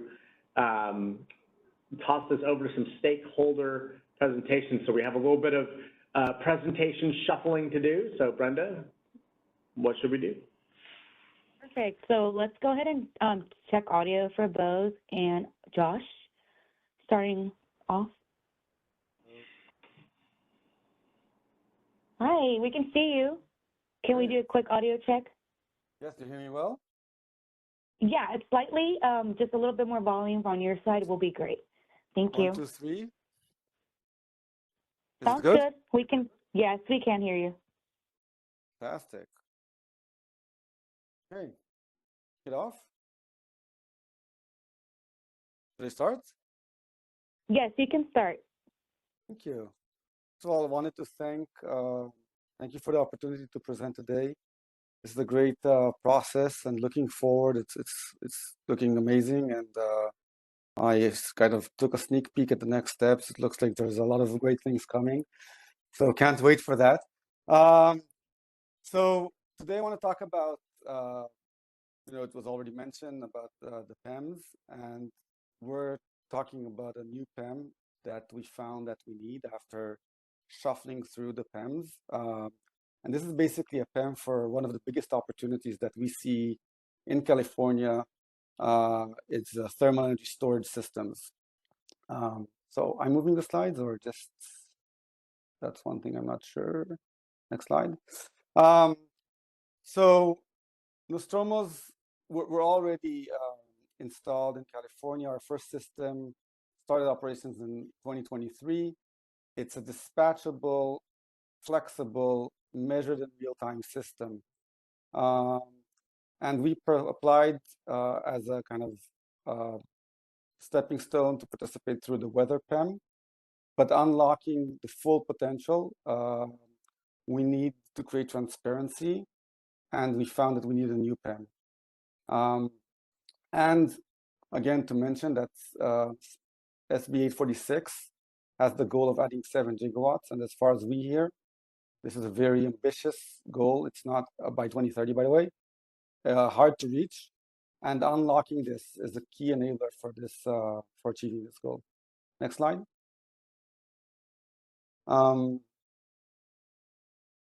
So why would we want thermal MGO PEM, or why would we want thermal energy storage in CAISO in general? So first of all, these systems don't require any interconnection. They're very fast to implement, and if there's a good way for them to participate, they'll be installed in bigger quantities. They provide very strong grid reliability. We think that by doing this, TES will be fairly compensated like other storage. There's no reason why it shouldn't. And we want to support clean energy goals. So these systems are clean.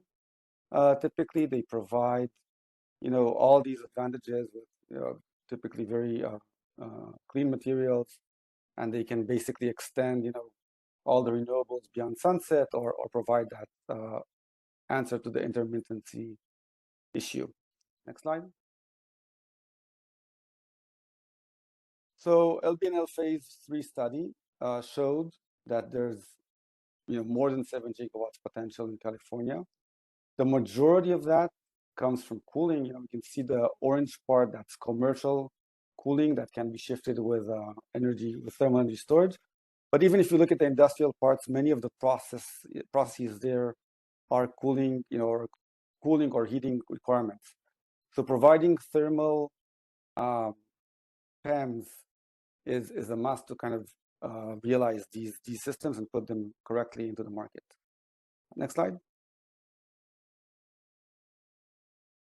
So the problem we have is, we kind of wanted to go through the MGO PEM, but the problem is that it specifically stipulates that it needs to be an electrical output of the storage system, and that's a hurdle because it can't be changed.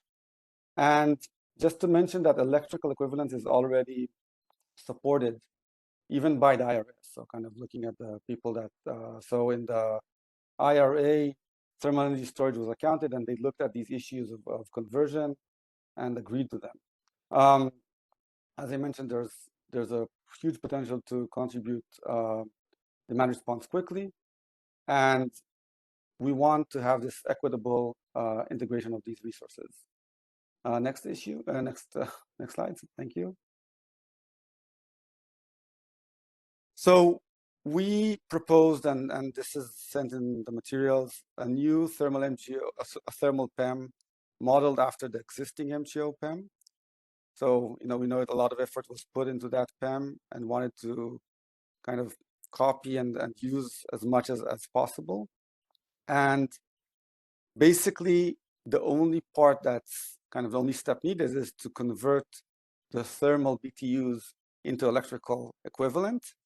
And then, by the way, thermal BTUs have standard utility grade meters. The whole industry of HVAC and thermal metering uses them. So that part is solved, and as well as the conversion. Next slide.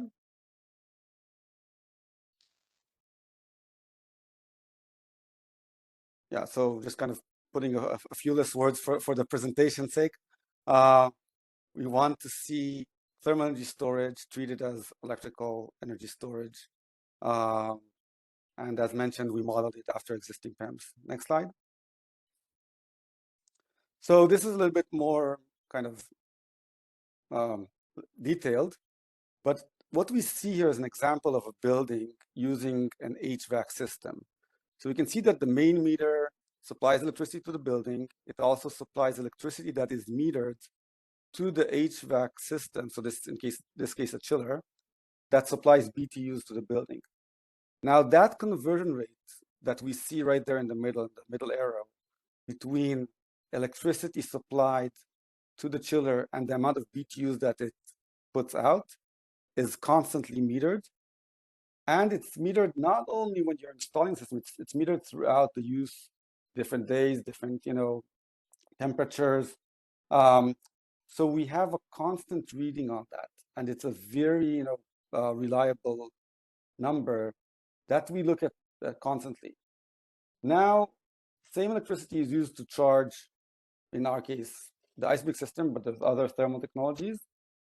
And the BTUs are also metered when we discharge. And now you just apply the same conversion rate that you have in that middle arrow. So again, you meter the electricity to get the conversion rate, and then you meter the output, multiply by that conversion rate. Next slide. So basically, just like a battery reduces the electricity consumption by supplying energy, electricity, and if you had a battery, it would supply electricity to that chiller. We reduce the electricity consumption of that chiller by supplying BTUs. So we just go one step ahead in that middle arrow there. And again, the electricity is the BTUs that we supplied times the conversion factor that is measured very accurately. Next slide.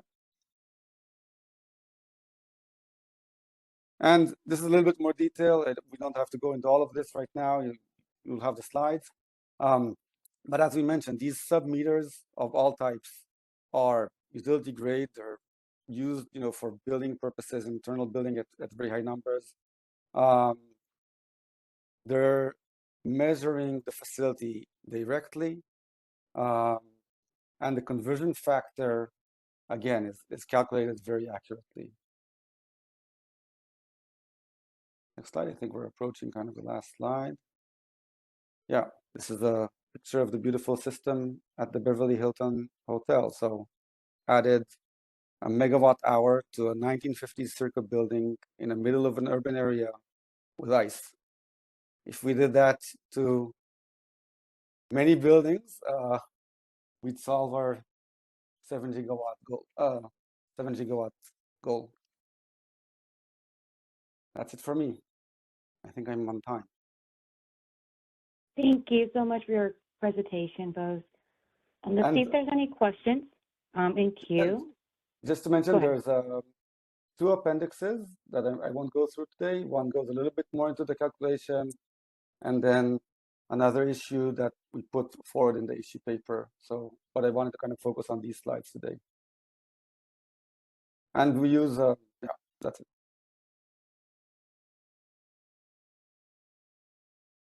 Great, thank you. I don't see any questions in queue, but if anyone has a question, use the raise hand icon located above your participant window.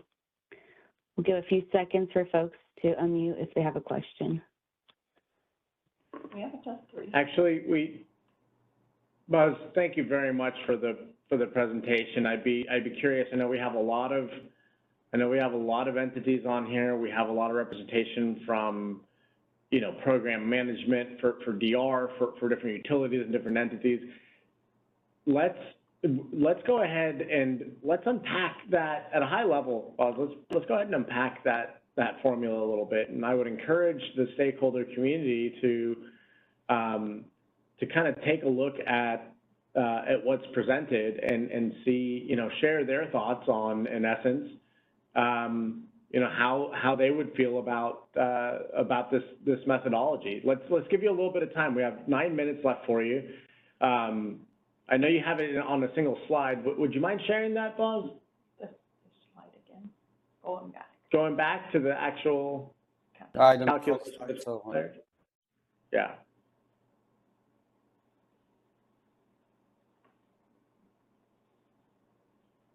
Do we have? Someone needs to move the slides. I don't control them. Yeah, thank you. There we go.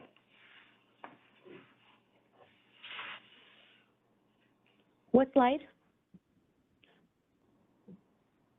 The one before that is good. Yeah, I think that's a good representation. The one before this, the one you had on?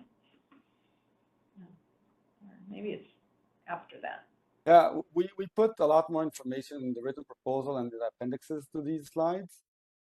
We just thought, that it might be a little bit too detailed for this presentation here, but we're happy to get comments and I think I want to point out something on this particular slide because it gets into some of our earlier conversation about sub-metering.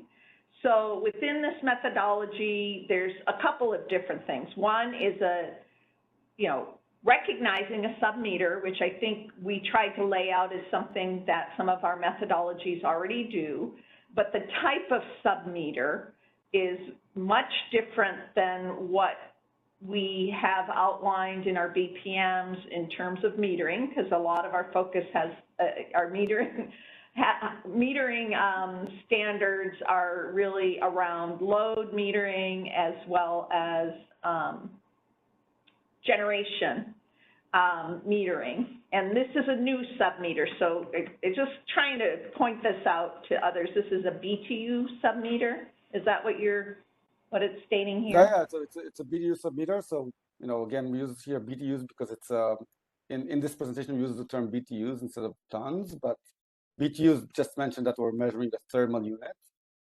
And BTU sub-meters are actually, you know, in our minds, at least, are simple, proven, you know, things that have been around for many, many years. So we see them as a very reliable source. They're not, you know, statistical or you know, they're actually measuring the BTUs. And just to give you an example, you know, there are companies that their business model is selling BTUs.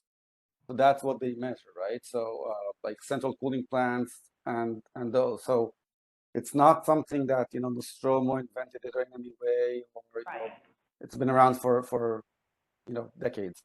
So, and there's standards around these type of meters. Of course. Accuracy standards, BTUs. yes. I guess I'm going to throw out to stakeholders again. As mentioned, we have quite a few stakeholders. I'm wondering if there's any other stakeholders that are aware of the use of this type of sub-meter, and, you know, overall this calculation. That's what we're just trying to generate some feedback from this working group. And maybe if the next one is more of the I think so. calculation. I think slide 9, Brenda. Yeah. Yeah, I just wanna add something that, you know, these systems are very typically large. So a system like this would be, you know, a megawatt hour in energy and, you know, 250 kilowatts in capacity. So, and you get the result accurately with one sub-meter. So the effort, you know, from all perspectives is actually very, you know, justified. So you measure, you know, one thing and get the equivalent of, you know, 250 homes or, you know, whatever. So I think it makes a lot of sense. And again, as I mentioned, you know, this is proven by many third parties, including, you know, UC Davis and LBNL and ASHRAE and all that. So again, this is not, we're using technologies that were invented, you know, 40 years ago. Sorry, yeah. There we go. Yeah. It is unique. It is something that, yeah, hadn't fit into those boxes that we've had before, things that we've expanded on from the Navy onward. So that's why, you know, I appreciate the presentation to the working group, because it does take into account a new metering construct, as well as a new methodology construct. So we have the two flavors, and that's what we are trying to kind of provide the working group with some background of the evolution of DR measurement. So now we're working on those two different elements that needs to be reviewed. The meter. I think it may be new in the CAISO concept, but it's really not new, you know, in California and other, you know, frameworks. You know, it's been used widely in different places. You know, everything, you know, from SGIP to other places. So, you know, I think at least what I've seen is that various, you know, regulatory frameworks are very familiar with it, and you know, there's standards around it from federal bodies like or federal level bodies like ASHRAE and HRI. It's all kind of done. But yeah, I agree that it's, you know, we're looking forward to seeing this in the CAISO PEM. Thank you, Bob. Go ahead. We also have a question from Colin Smith from LEAP. Hi, this is Colin Smith from LEAP. Somewhat of a question, maybe more of, you know, I think this is opportunity for comments as well, if I'm understanding correctly. But LEAP supports this. We think that it makes sense to, we generally support the ability for devices to be measured at, the device level rather than at the meter level. And it makes sense that thermal energy storage would be able to have this done the same way that electrical storage is able to through the MGO baseline. My comment is more focused on kind of how it's characterized. Looking back at the long list of baseline methodologies that was on a previous slide that Ansel presented, it seems like a lot of baseline methodologies, but it really looked like there were just maybe 6 primary methodologies, and the rest of the methodologies were sort of like subsets or different flavors or modifications on those 6 sort of like umbrella categories. And I feel like the way that it's presented creates a bit of a perception of complexity that's not actually there. Like, there really only are a handful of ways to measure resources, and there's different modifications underneath those. And as we talk about, how to add this to the list of options as well, I mean, we could frame it as like a totally new baseline for thermal energy, or we could modify maybe the MGO baselines so that it can reflect both their options to reflect both thermal and electrical sub-metering within it. So just being thoughtful about as we're introducing new ideas to the baseline options, which I 100% that we should look at ways to expand the baseline options to accommodate more types of resources, but just doing so in a way that it doesn't create the sense to, people are not following or are very deep in how the baseline methodology is set up, that, not making it seem like there's more complexity than actually exists.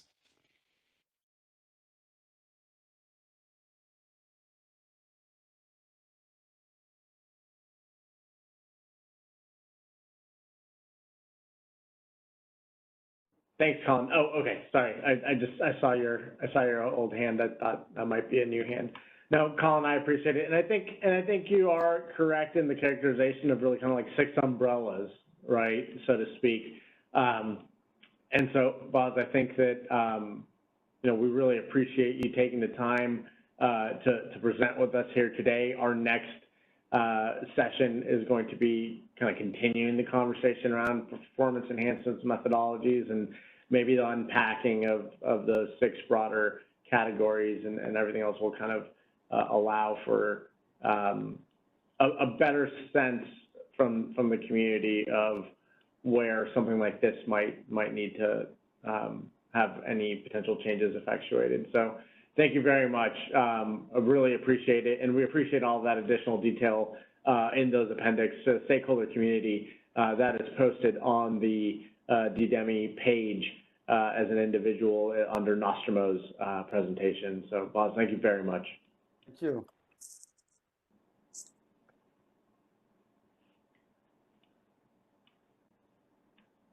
All right, Brenda, take it away. Yes, so now we have PG&E. I do see Johan, you can go ahead and move slides, and you're off mute. Thank you. Sounds great. Hey, hello everyone. Thank you so much for having me. My name is Jahan Amir Brahimi. I'm working for PG&E under the measurement and evaluation team here. We evaluate a number of different programs and pilots relating to DR and DER resources.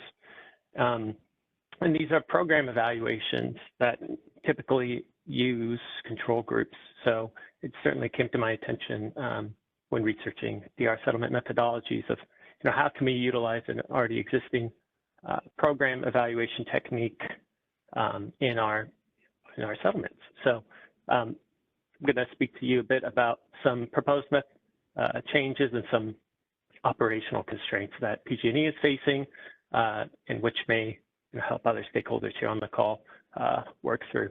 And of course, really appreciate the opportunity and a chance for feedback. I'm working on the M&E side of things, but I'm sure there are other operational or legal constraints that other folks are having that might be able to contribute to this presentation and this conversation.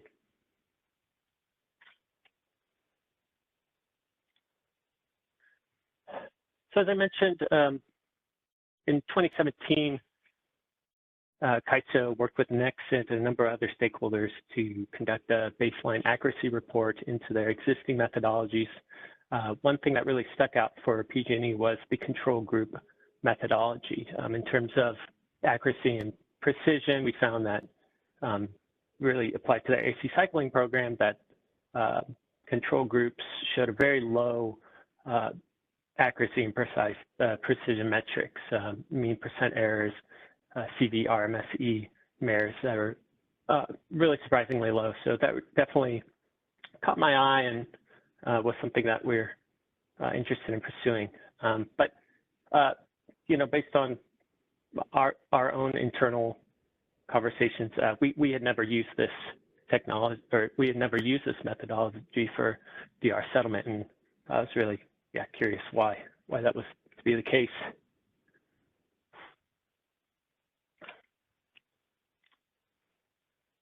And you know, a little additional context here. I wanted to, for the context of folks that are really interested in exporting resources, you know, we found, and this isn't necessarily a settlement methodology results, but this is based on a load impact evaluation that I manage here at PG&E of our emergency load reduction program. And we do a comparison between a sort of a control group based approach versus a end use baseline approach for battery exporters. This is the A4 virtual power plant group for our program. We do see that they are really comparable in performance when using these two different methodologies. So it could be, you know, this isn't necessarily, you know, this might not be commercial loads, it might not be your aggregation in particular, but, you know, in this case, we do see that this could achieve similar performance to telemetry or sub-meter load-based methodologies. And my sort of proposed methodological changes are in attempts to get us closer to that. So one of the issues I discovered in these discussions was around registration requirements. It's clear that the Tariff and Business Practice Manual require us to register control groups, customers, even in the case that they're not enrolled in a demand response program.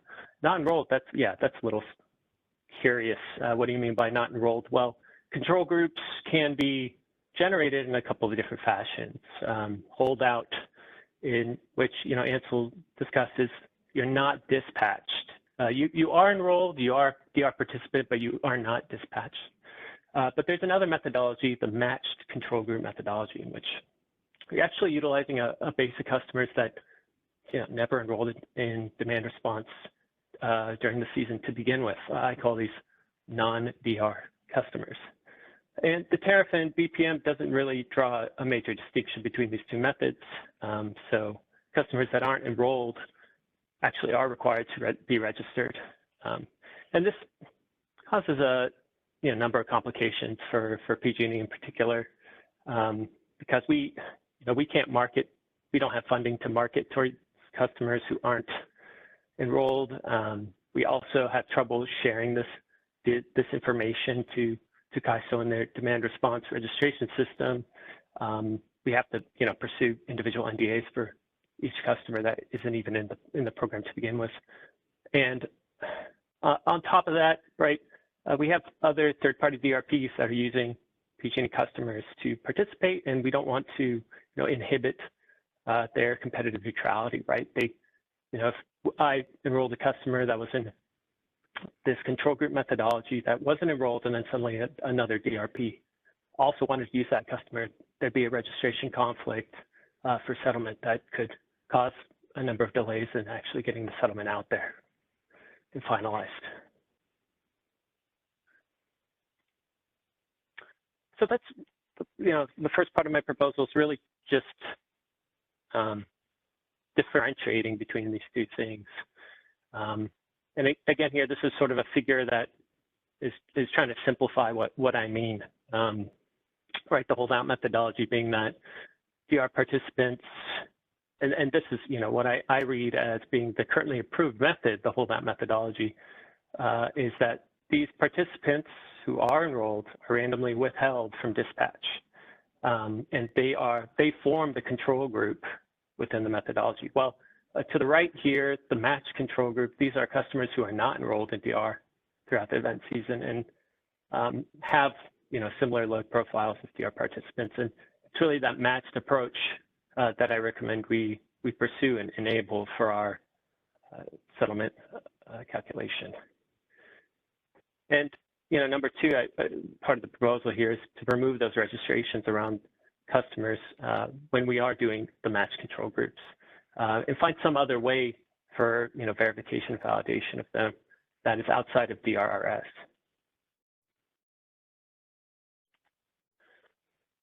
So on top of this, there are a number of methodological deficiencies that are inherent in the settlement or the control group settlement methodology that I would like to address. And baseline, day matching and weather matching approaches have a baseline adjustment. They use pre-event days, but the control group methodology does not. And this causes a level of bias when you're trying to calculate the performance. So, the figure here is just showing sort of the difference between an event day and a previous event-like day. I think in the tariff it's non-event days. But this pre-existing difference from those days actually bias the performance result in the control group methodology and can swing it up or down depending on those event-like day loads. So it's important to control for those and that inherent bias.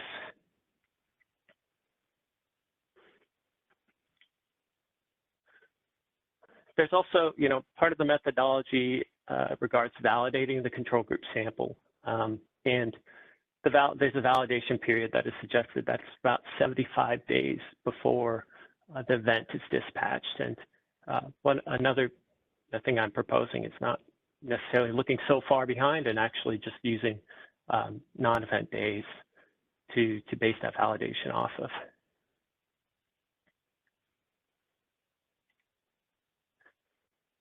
And the last thing I really wanted, and this perhaps too neurotic or statistical, but yeah, like performance or validation metrics, I'm also proposing that we use different validation metrics. Right now, the approach is, I think there's mean % error that is required to report and validate these control groups. And this is helpful for large customers with large kilowatt loads, but when you're dealing with customers with a baseline near zero or even fluctuating into negatives, it can really scale the percentages off and really complicate things. So there are other validation metrics that we can use when validating these control groups.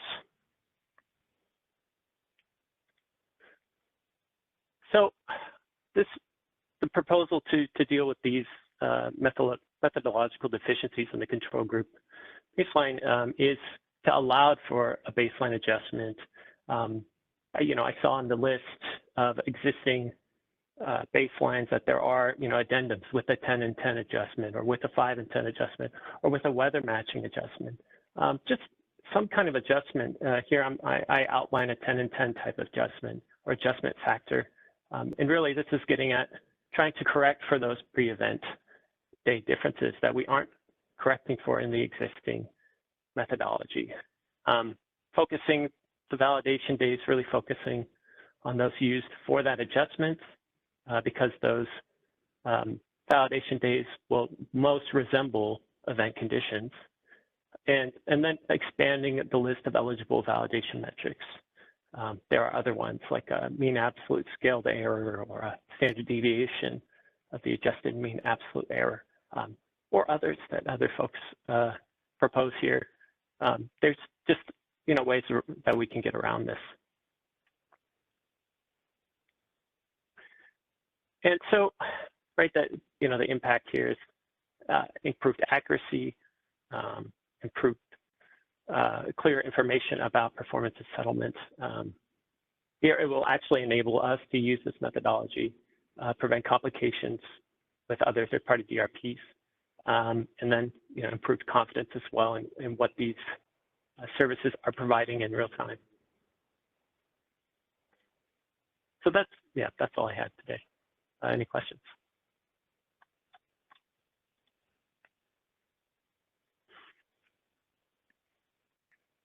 Thank you, Jahan. I appreciate it. We do have Colin Smith from, go ahead, Colin. Hi, Jahan. Thank you very much for this presentation and for putting this idea forward. LEAP also would definitely support efforts to make the control group methodology more usable for participants. We agree that these methodologies tend to be more accurate, but that the way that it is currently structured in CAISO, it's sort of like prohibitively difficult for these control groups to be built. And which is why no one currently uses this methodology. I'm curious if you have given any thought to how non-participants could be kind of validated in a control group outside of the DRRS. Yeah, that's a really good question. I think something we need to work with CAISO to develop. I know right now PG&E is bound by certain aggregation thresholds for confidentiality that we can't get past. So and a lot of our data requests outside of those aggregation thresholds have to be fulfilled. Another option outside of meeting those aggregation thresholds are NDA-based reporting rather than that sort of is outside of the DRRS platform. So those are just a few ideas, aggregation or strictly NDA and data requests from CAISO, but perhaps there are other methods.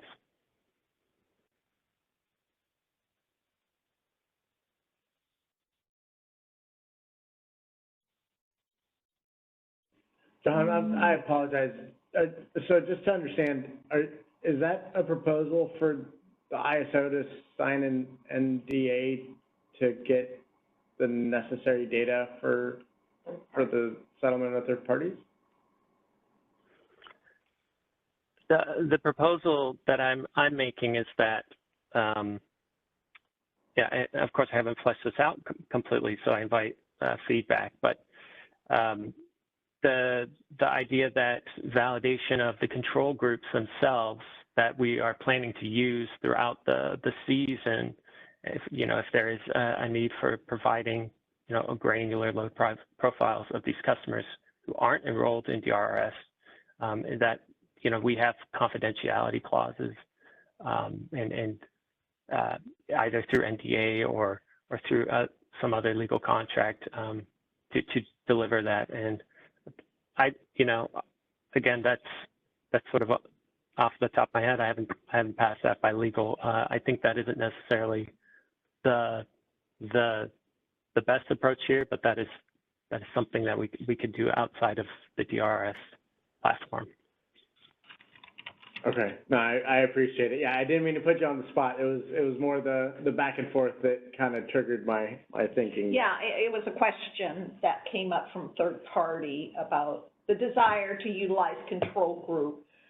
I think maybe it was missed that the ISO doesn't have the data that could be utilized, and I think the PG&E, from my understanding, your proposal is suggesting, because we do have control group within our tariff, but there is within the tariff the requirement for this to be I forget the term, Jahan, it's like a control group that's held from a particular program, and the desire is not to have them within the program and registered within our demand response registration system as active participants within a program, but as a control group like those participants within the program. And so we do within the tariff, and again, this is just for everybody's knowledge, within the tariff there is a requirement under the control group methodology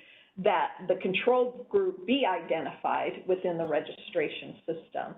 And so this is asking for changes to the control group or recognition of maybe a slightly different type of control group, and the non-registration of the control group to be identified within an ISO system, but potentially be auditable by the ISO if necessary for our monitoring purposes.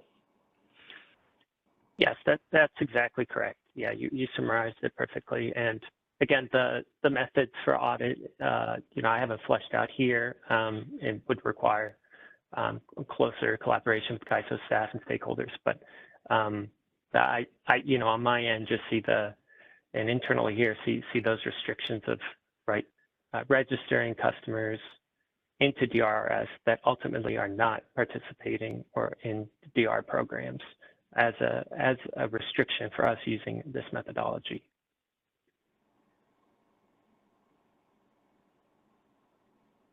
Thank you, John. Any questions or reactions from the broader community? I don't know if Colin's hand is residual. Yeah, Colin, is that an old hand or a new hand? It's residual. I'll put it down. Okay, all right, appreciate it. Well, John, thank you very much for giving us insight into your proposal there. Again, we are taking a deeper dive in each one of the categories right now, and I think we value you sharing that, and we'll be looking forward to getting feedback not only on some of the stuff that we covered, but you know, stakeholder feedback on stakeholder presentations such as yours and Nostromo. So thank you very much. My pleasure. Thanks. Okay, Brenda, we're a little ahead of schedule here, but what do we do for LEAP? Let's go ahead and put that one up, please. Yes. Let's go ahead and have Colin, you're on mute, and go ahead and share the screen.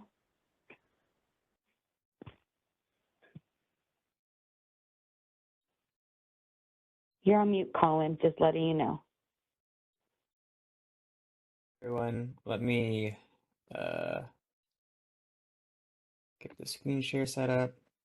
Oh, it looks like I have to quit and reopen in order to screen share. So I can do that. Good thing we're a little ahead of the schedule. Or Brendan, I know I said could screen share, but if you have the slides on hand and would like to screen share instead, we could do that as well. Okay, sounds good. I have it ready. Let's go ahead and can you let me share screen? Thank you. Are we?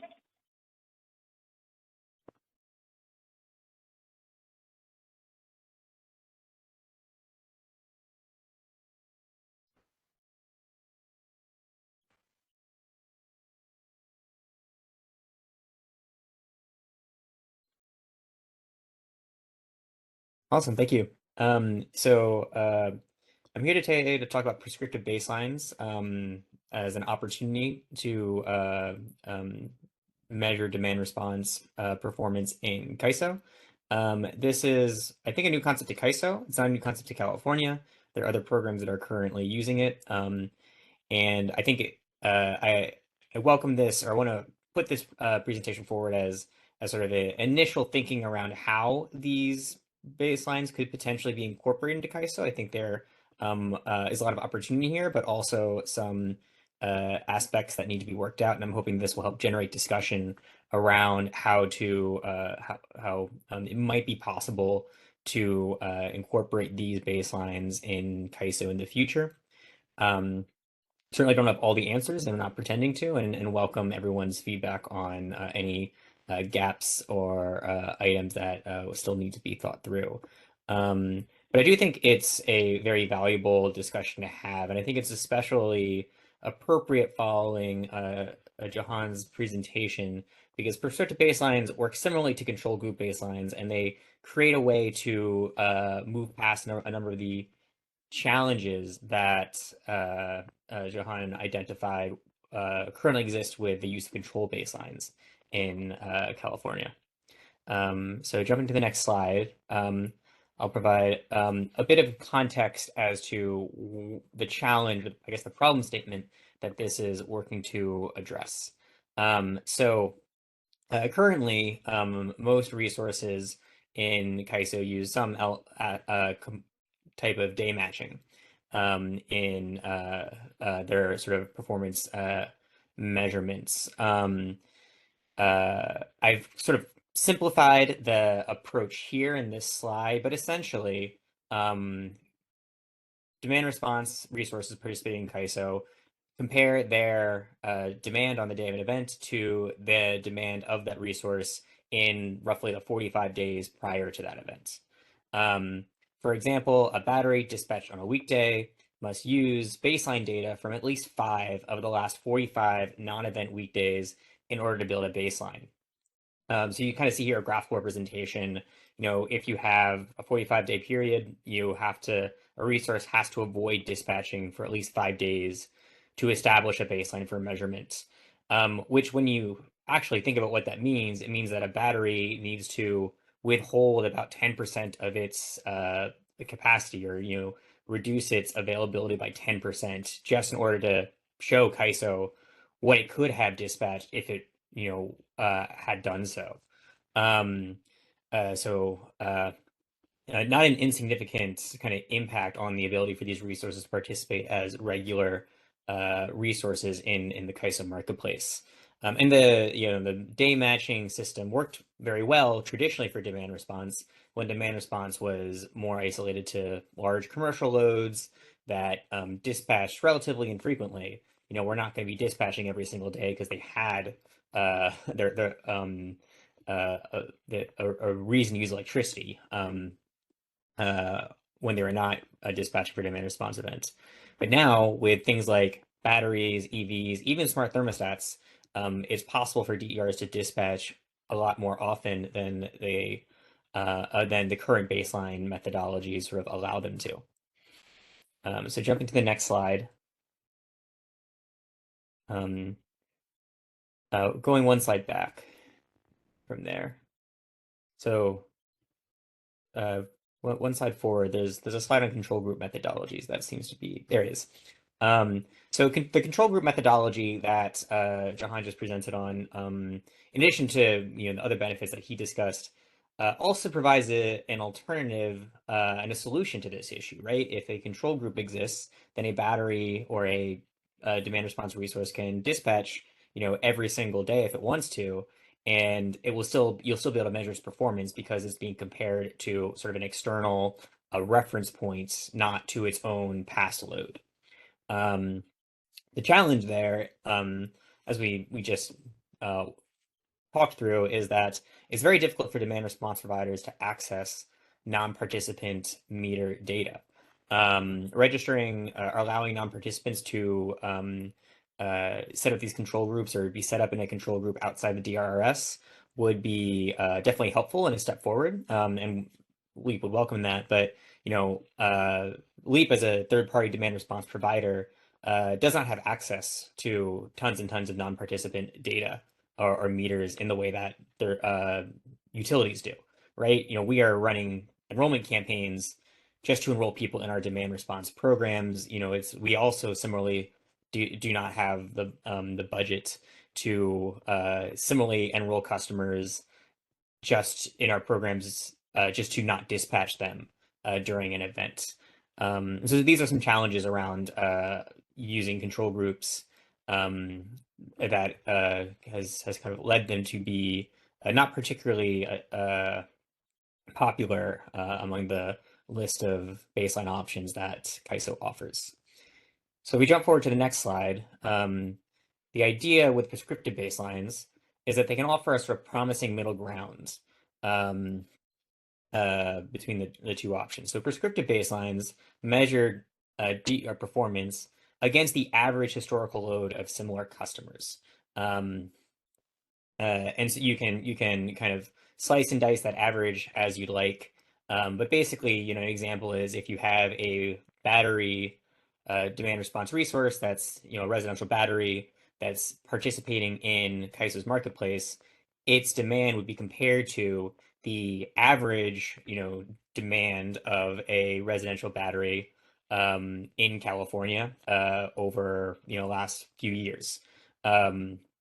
not necessarily like a corollary group of batteries at the time of the event, but understanding that the demand of that battery can be estimated, its counterfactual demand can be estimated by looking at, historical data on battery use in California, and using that to determine what its load would have been and therefore how much capacity provided to the grid.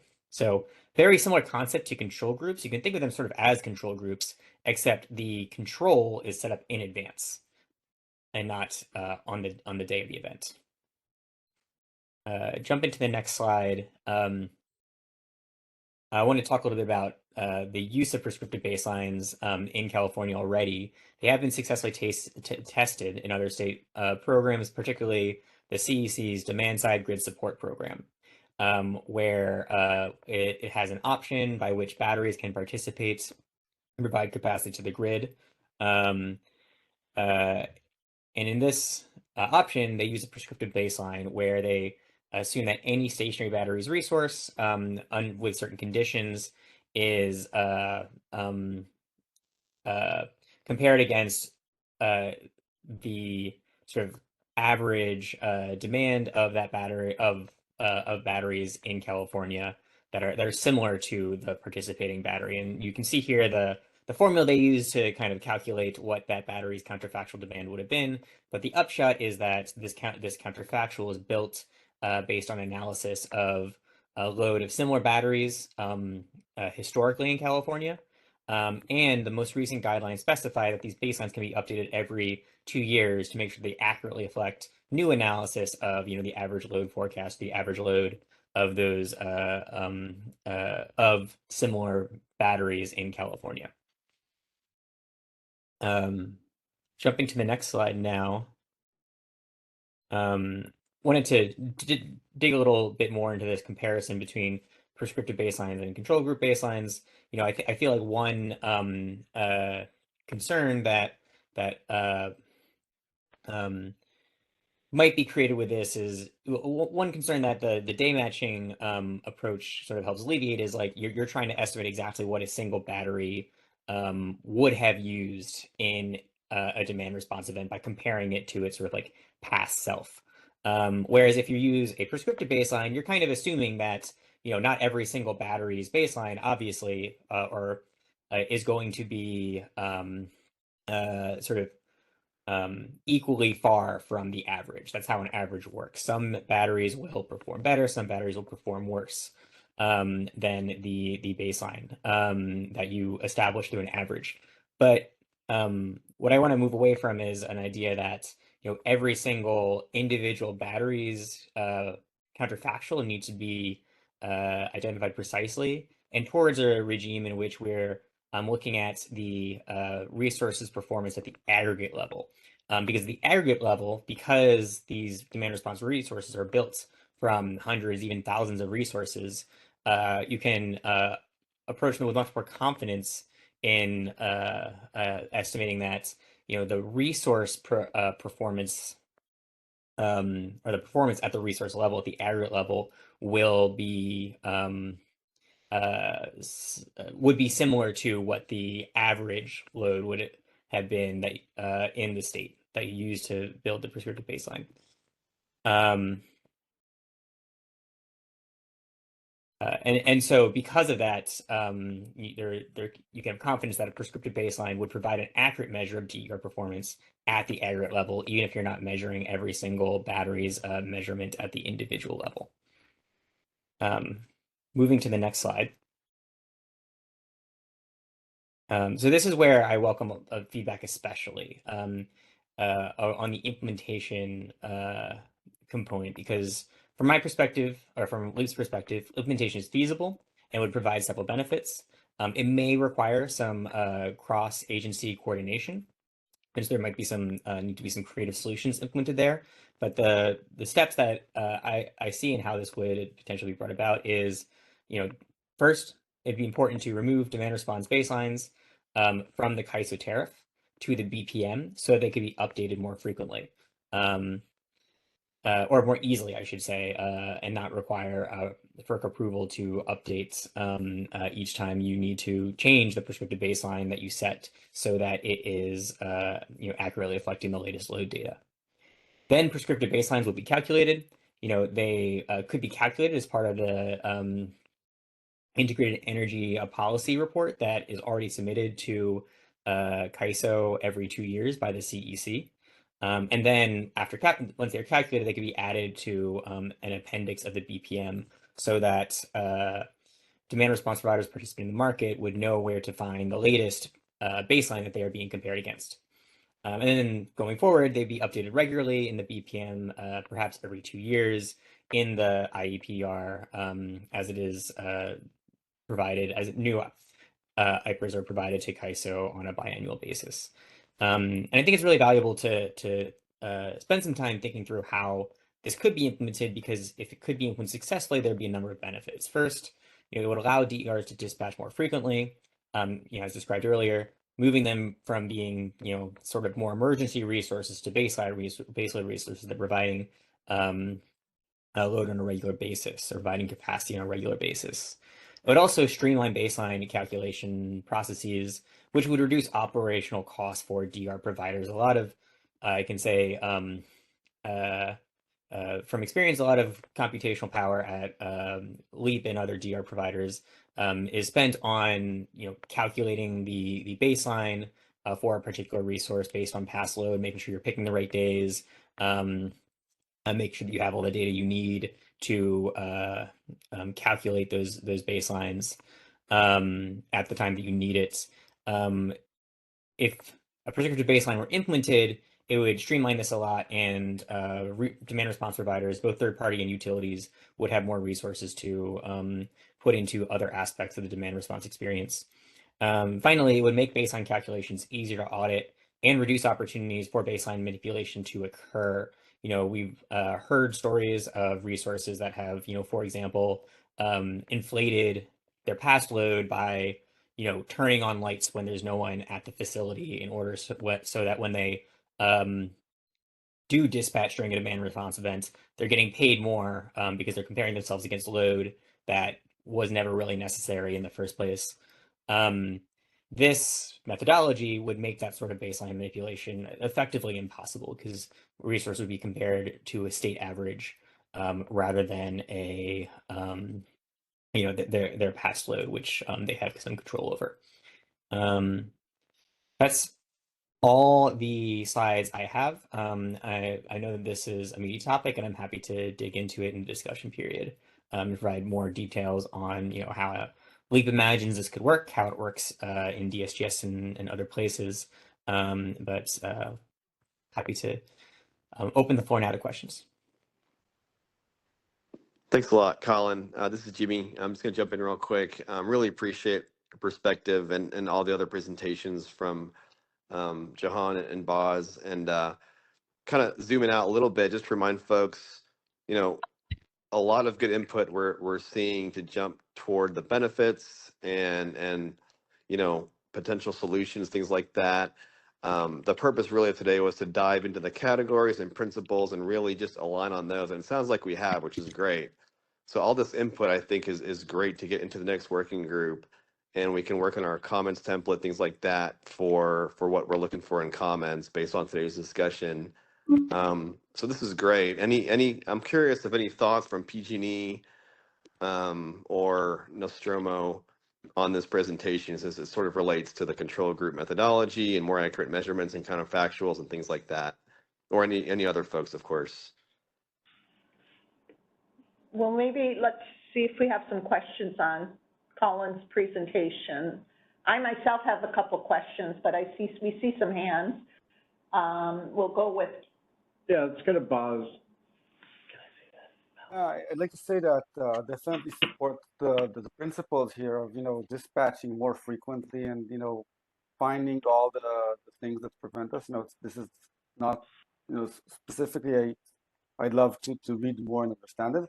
The one question I have is, how do you prevent?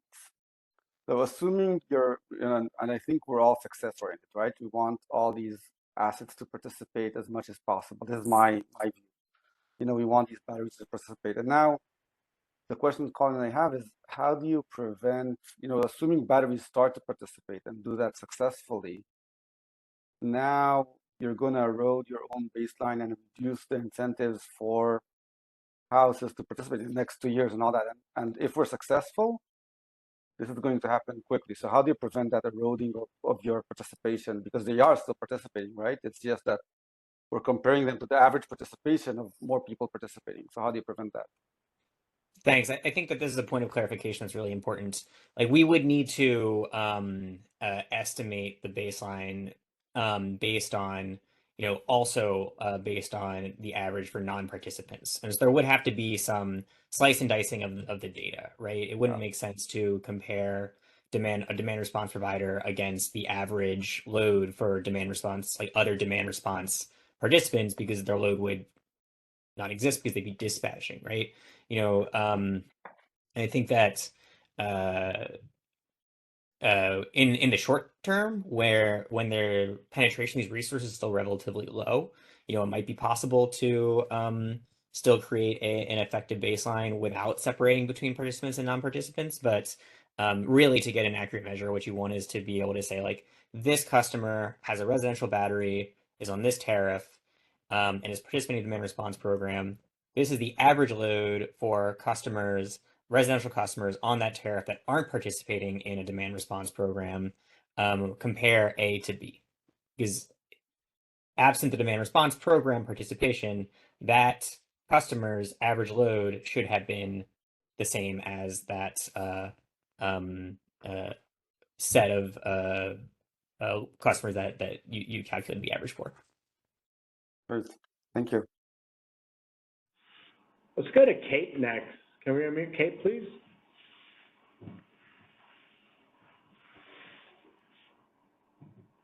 Hi, all. It's Kate Unger with the California Solar and Storage Association again. I like the proposal. I won't go into details now. I'd love to talk about it more. I really just now wanted to say that we do support the working group considering it, and just a +1 on the problem statement. It is an important one for our members.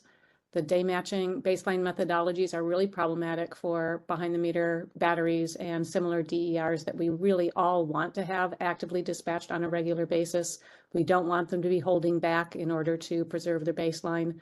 And I would also like to note that sites with customer solar also have difficulties with those day matching baselines. So I just really wanted to say this is a good one for us to be working on in this working group. Thank you, Kate, and I appreciate you bringing us full circle back to a problem statement, right, which is perhaps an incentive to hold that baseline is creating an obstacle towards participation. So thank you for that. Appreciate that. Let's go to Randy next.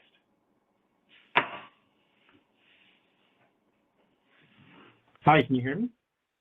Loud and clear. Hi, this is Randy Chu from Pacific Gas and Electric Company. Thanks for your presentation, Colin.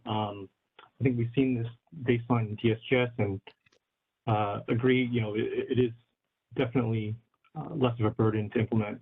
We've got some experience doing the day matching calculations here, and there's a lot of work that goes into it.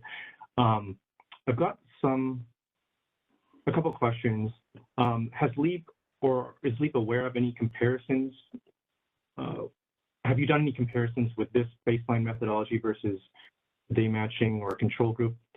And do you know how they stack up? I don't want to say accurate because you're comparing 3 counterfactuals, but do you have a sense of whether this one overstates, understates versus the other methodologies?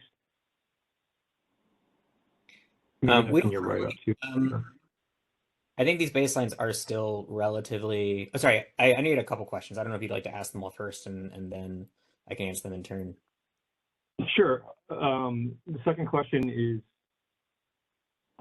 would you or were you thinking that each type of customer would have a different prescriptive baseline based on the rate schedule they're on, right? You've got some customers on legacy NEM rates and some on NBT, and they're incentivized to discharge at certain times, and so would they be kind of stratified, or would you just have one prescriptive baseline for all customers?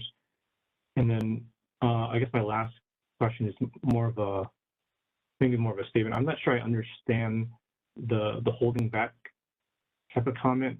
I think if the customer is kind of discharging their battery in the days prior to the baseline, the event baseline, doesn't that mean that's kind of part of their normal behavior? Or shouldn't it be counted as part of their like counterfactual if they are just dispatching leading up to an event?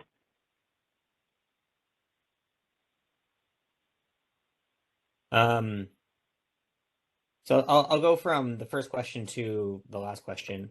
So LEAP doesn't have any studies on hand about the relative accuracy of these baselines, the way that they may exist for control group methodologies. I know that they're still relatively new, right? DSGS has been using it since 2023, but I don't believe they've produced any reports on the relative accuracy yet. They're used in some programs in Massachusetts. To our knowledge, those programs haven't produced any reports on this either in LEAP.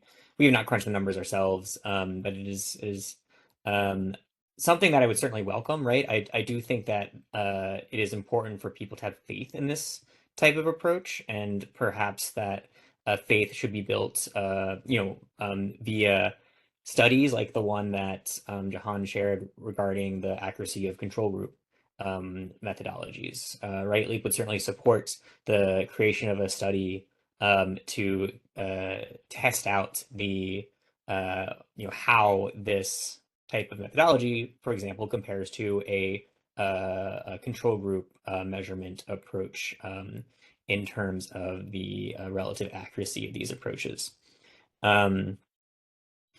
The second question, yes, we do think that there would have to be some stratification in terms of the baselines that are built, right? Customers that have are on different tariffs or different rate classes would have a different sort of average load. It wouldn't make sense to compare, for example, a residential customer to the average load of a commercial battery customer, because that would be very different. I think DSGS itself sort of had some stratification in how it applied the baseline to residential, commercial, and customers on with sort of like different conditions attached to them. And as you maybe think about expanding these baselines to more technologies, like smart thermostats, you would likely want to stratify based on external conditions like temperature, right? Like what is the average load of residential customers with smart thermostats on a like 95-degree day or something like that. So the answer to your question is yes, we have to be thoughtful in sort of like how we construct these prescriptive baselines to make sure that they are accurate. And to your last question, I think you're saying you're making the case that like if a customer would have been dispatching its resource on the days that it kind of withheld dispatch to build a baseline, then that would be part of its regular behavior, and so it maybe a clarifying question is in order. Is your question saying like if a customer would have dispatched its battery 45 days in a row in the absence of a baseline, that that shouldn't count as a load reduction because they would have dispatched the battery in the absence of a demand response event anyway? Yeah, something like that. I think, one of the examples is if the customer's on NBT and you're doing rate mitigation, I guess one would hope that the prescribed baseline would capture that daily discharge already and not double pay. I think that the whole point is trying not to double pay and only pay on incremental load reduction or discharge. Yeah, so absolutely. There's a way to capture that. Yeah. Okay. So yeah, that could be captured, for example, by comparing a customer operating in like PDR that is also on the NBT rate to the average of customers on NBT rates. And if those customers are dispatching every single day without participating in demand response events, then we wouldn't want to pay them for dispatch that would have happened anyway. But that's assuming that they would have been dispatching for like another program, right? I think that what we want to move away from is thinking like, if a customer is dispatching every single day because it's participating in a PDR program, that somehow counts as their habitual behavior. Like the fact is that customers with batteries, use them based on the economic incentives that they're subject to. And if those economic incentives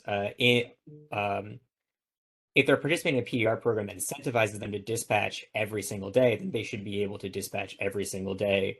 And you can compare the load that they would have had to measure that performance based on the average load of a customer that would not have had those economic incentives in place. And so maybe in that case, you're looking at battery customers that aren't enrolled in MBT or another corollary program. That might be a challenging comparison now because I think that most battery customers are required to be enrolled in MBT. We could look at like electric vehicles as maybe as another example, or a smart thermostat customer who would be being compared against other customers, maybe on similar rate plans, maybe have other incentives acting on them. But if you kind of equalize the same way you would with a control group, right? If you say these customers are subject to the same incentives and conditions, with the only difference being that one customer is in PDR and one isn't, then you kind of isolate the impact that PDR is creating, that market participation is creating. And in that case, it shouldn't be considered habitual behavior if a customer decides it wants to dispatch every single day to take advantage of like the incentives in the marketplace.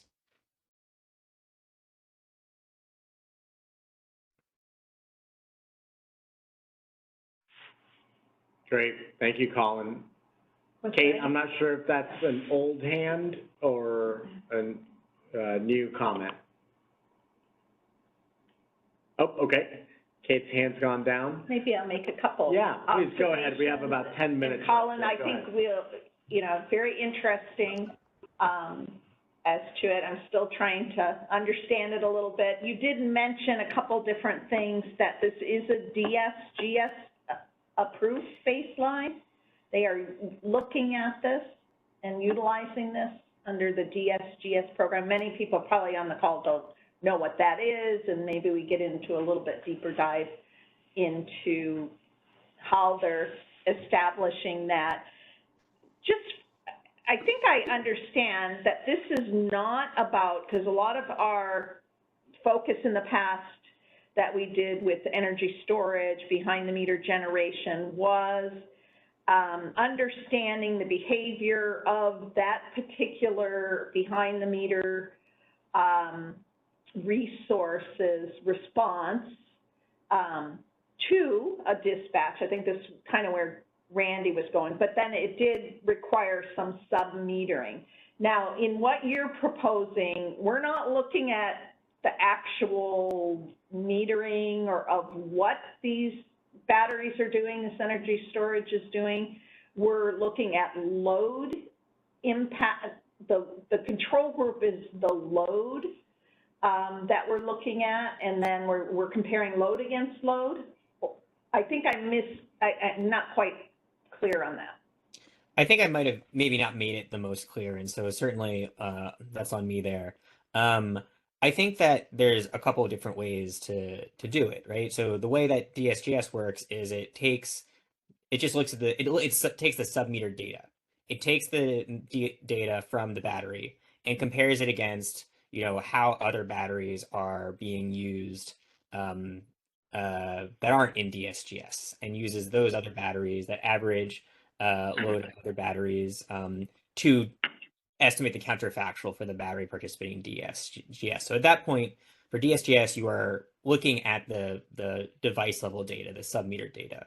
You could do something very similar in CAISO if you implement this in the MGO or even the EVSE baseline methodologies. I think that's probably the easiest way to kind of start testing out this approach or start incorporating this approach in CAISO's tariff, right? Because the usage of an residential EV or a residential battery in California is relatively agnostic to outside conditions like temperature. And so the apples to apples comparison of like the state average use and the specific devices use is an easier comparison to make.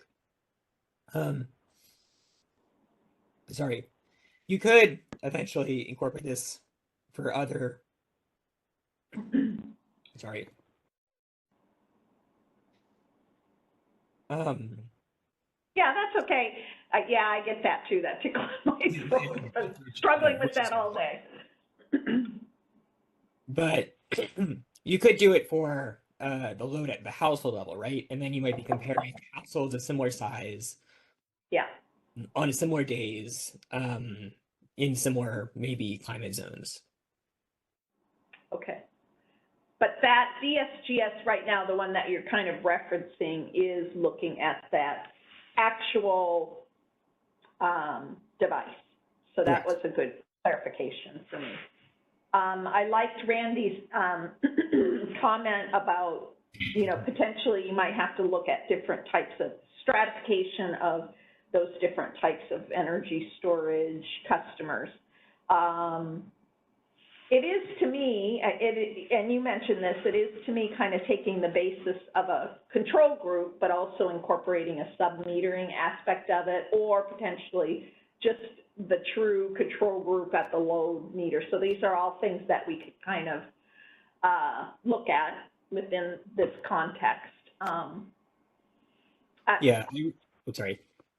Yeah, and I still would pull on the thread about, are we seeing incremental benefit with this type of prescriptive baseline from these type of devices? Because we did do a lot of, you know, thought consideration when we were creating the MGO, and the discussion about a lot of dispatching came up with energy storage, behind the meter energy storage. And I thought we did kind of take that into account within the MGO, but we definitely were trying to develop a methodology that did look at normal behavior, and that the performance really would be based on incremental behavior, incremental to what would be normal operation of that behind the meter energy storage. So that would be something too I would kind of pull the thread a little bit on with respect to this methodology. Yeah, that makes sense. I think what you said about, I would like emphasize that I think the correct way to think of this is as sort of a spin on the traditional control group baseline methodology, right? Like it acts the same way as a control group baseline. You're comparing a demand response participant to a group of customers that are not participants but have similar characteristics.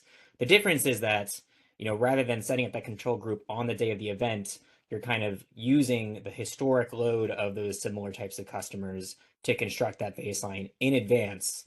And that allows you to get around a number of the challenges with setting up the control group on the day of the event, issues around customer access to customer data, you know, and so that I think that's the best way to conceptualize it.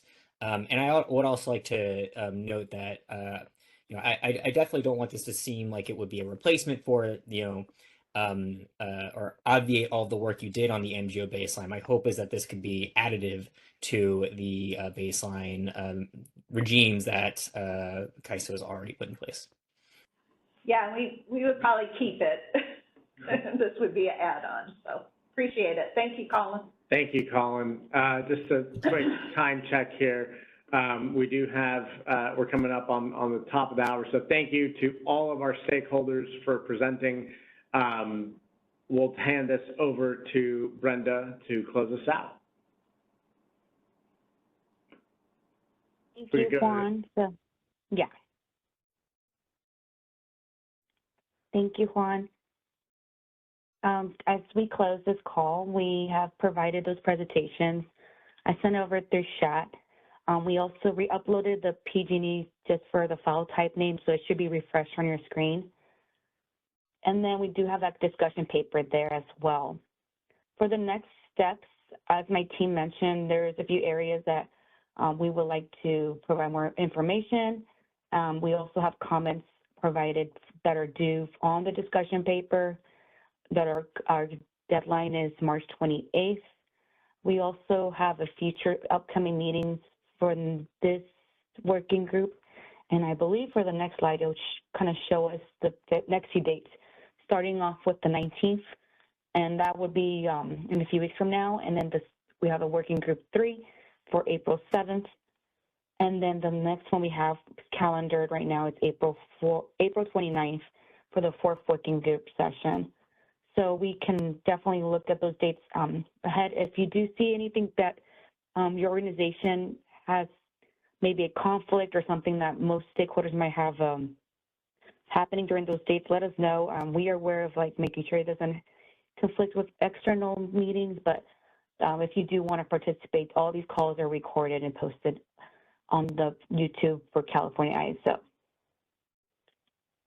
And then lastly, this link was shared previously in the web page, but we do have questions. Please submit them to the ISO Stakeholder Affairs at CAISO.com. I'll be able to monitor a few emails before I go on leave, but at this time, my team will be monitoring a lot of those questions as well. The facilitators, Jimmy and Juan, and Ansel and Jill are also monitoring a lot of the upcoming questions of stakeholder presentations of those who would like to present.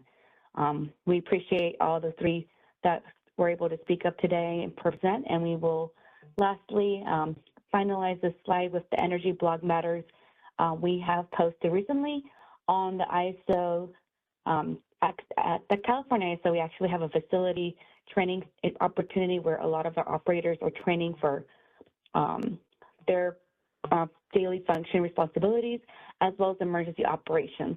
So it's a cool blog that provides a lot of insight about what exactly technology is taking place in that room and the key people that in operations are utilizing this training facility for future operations.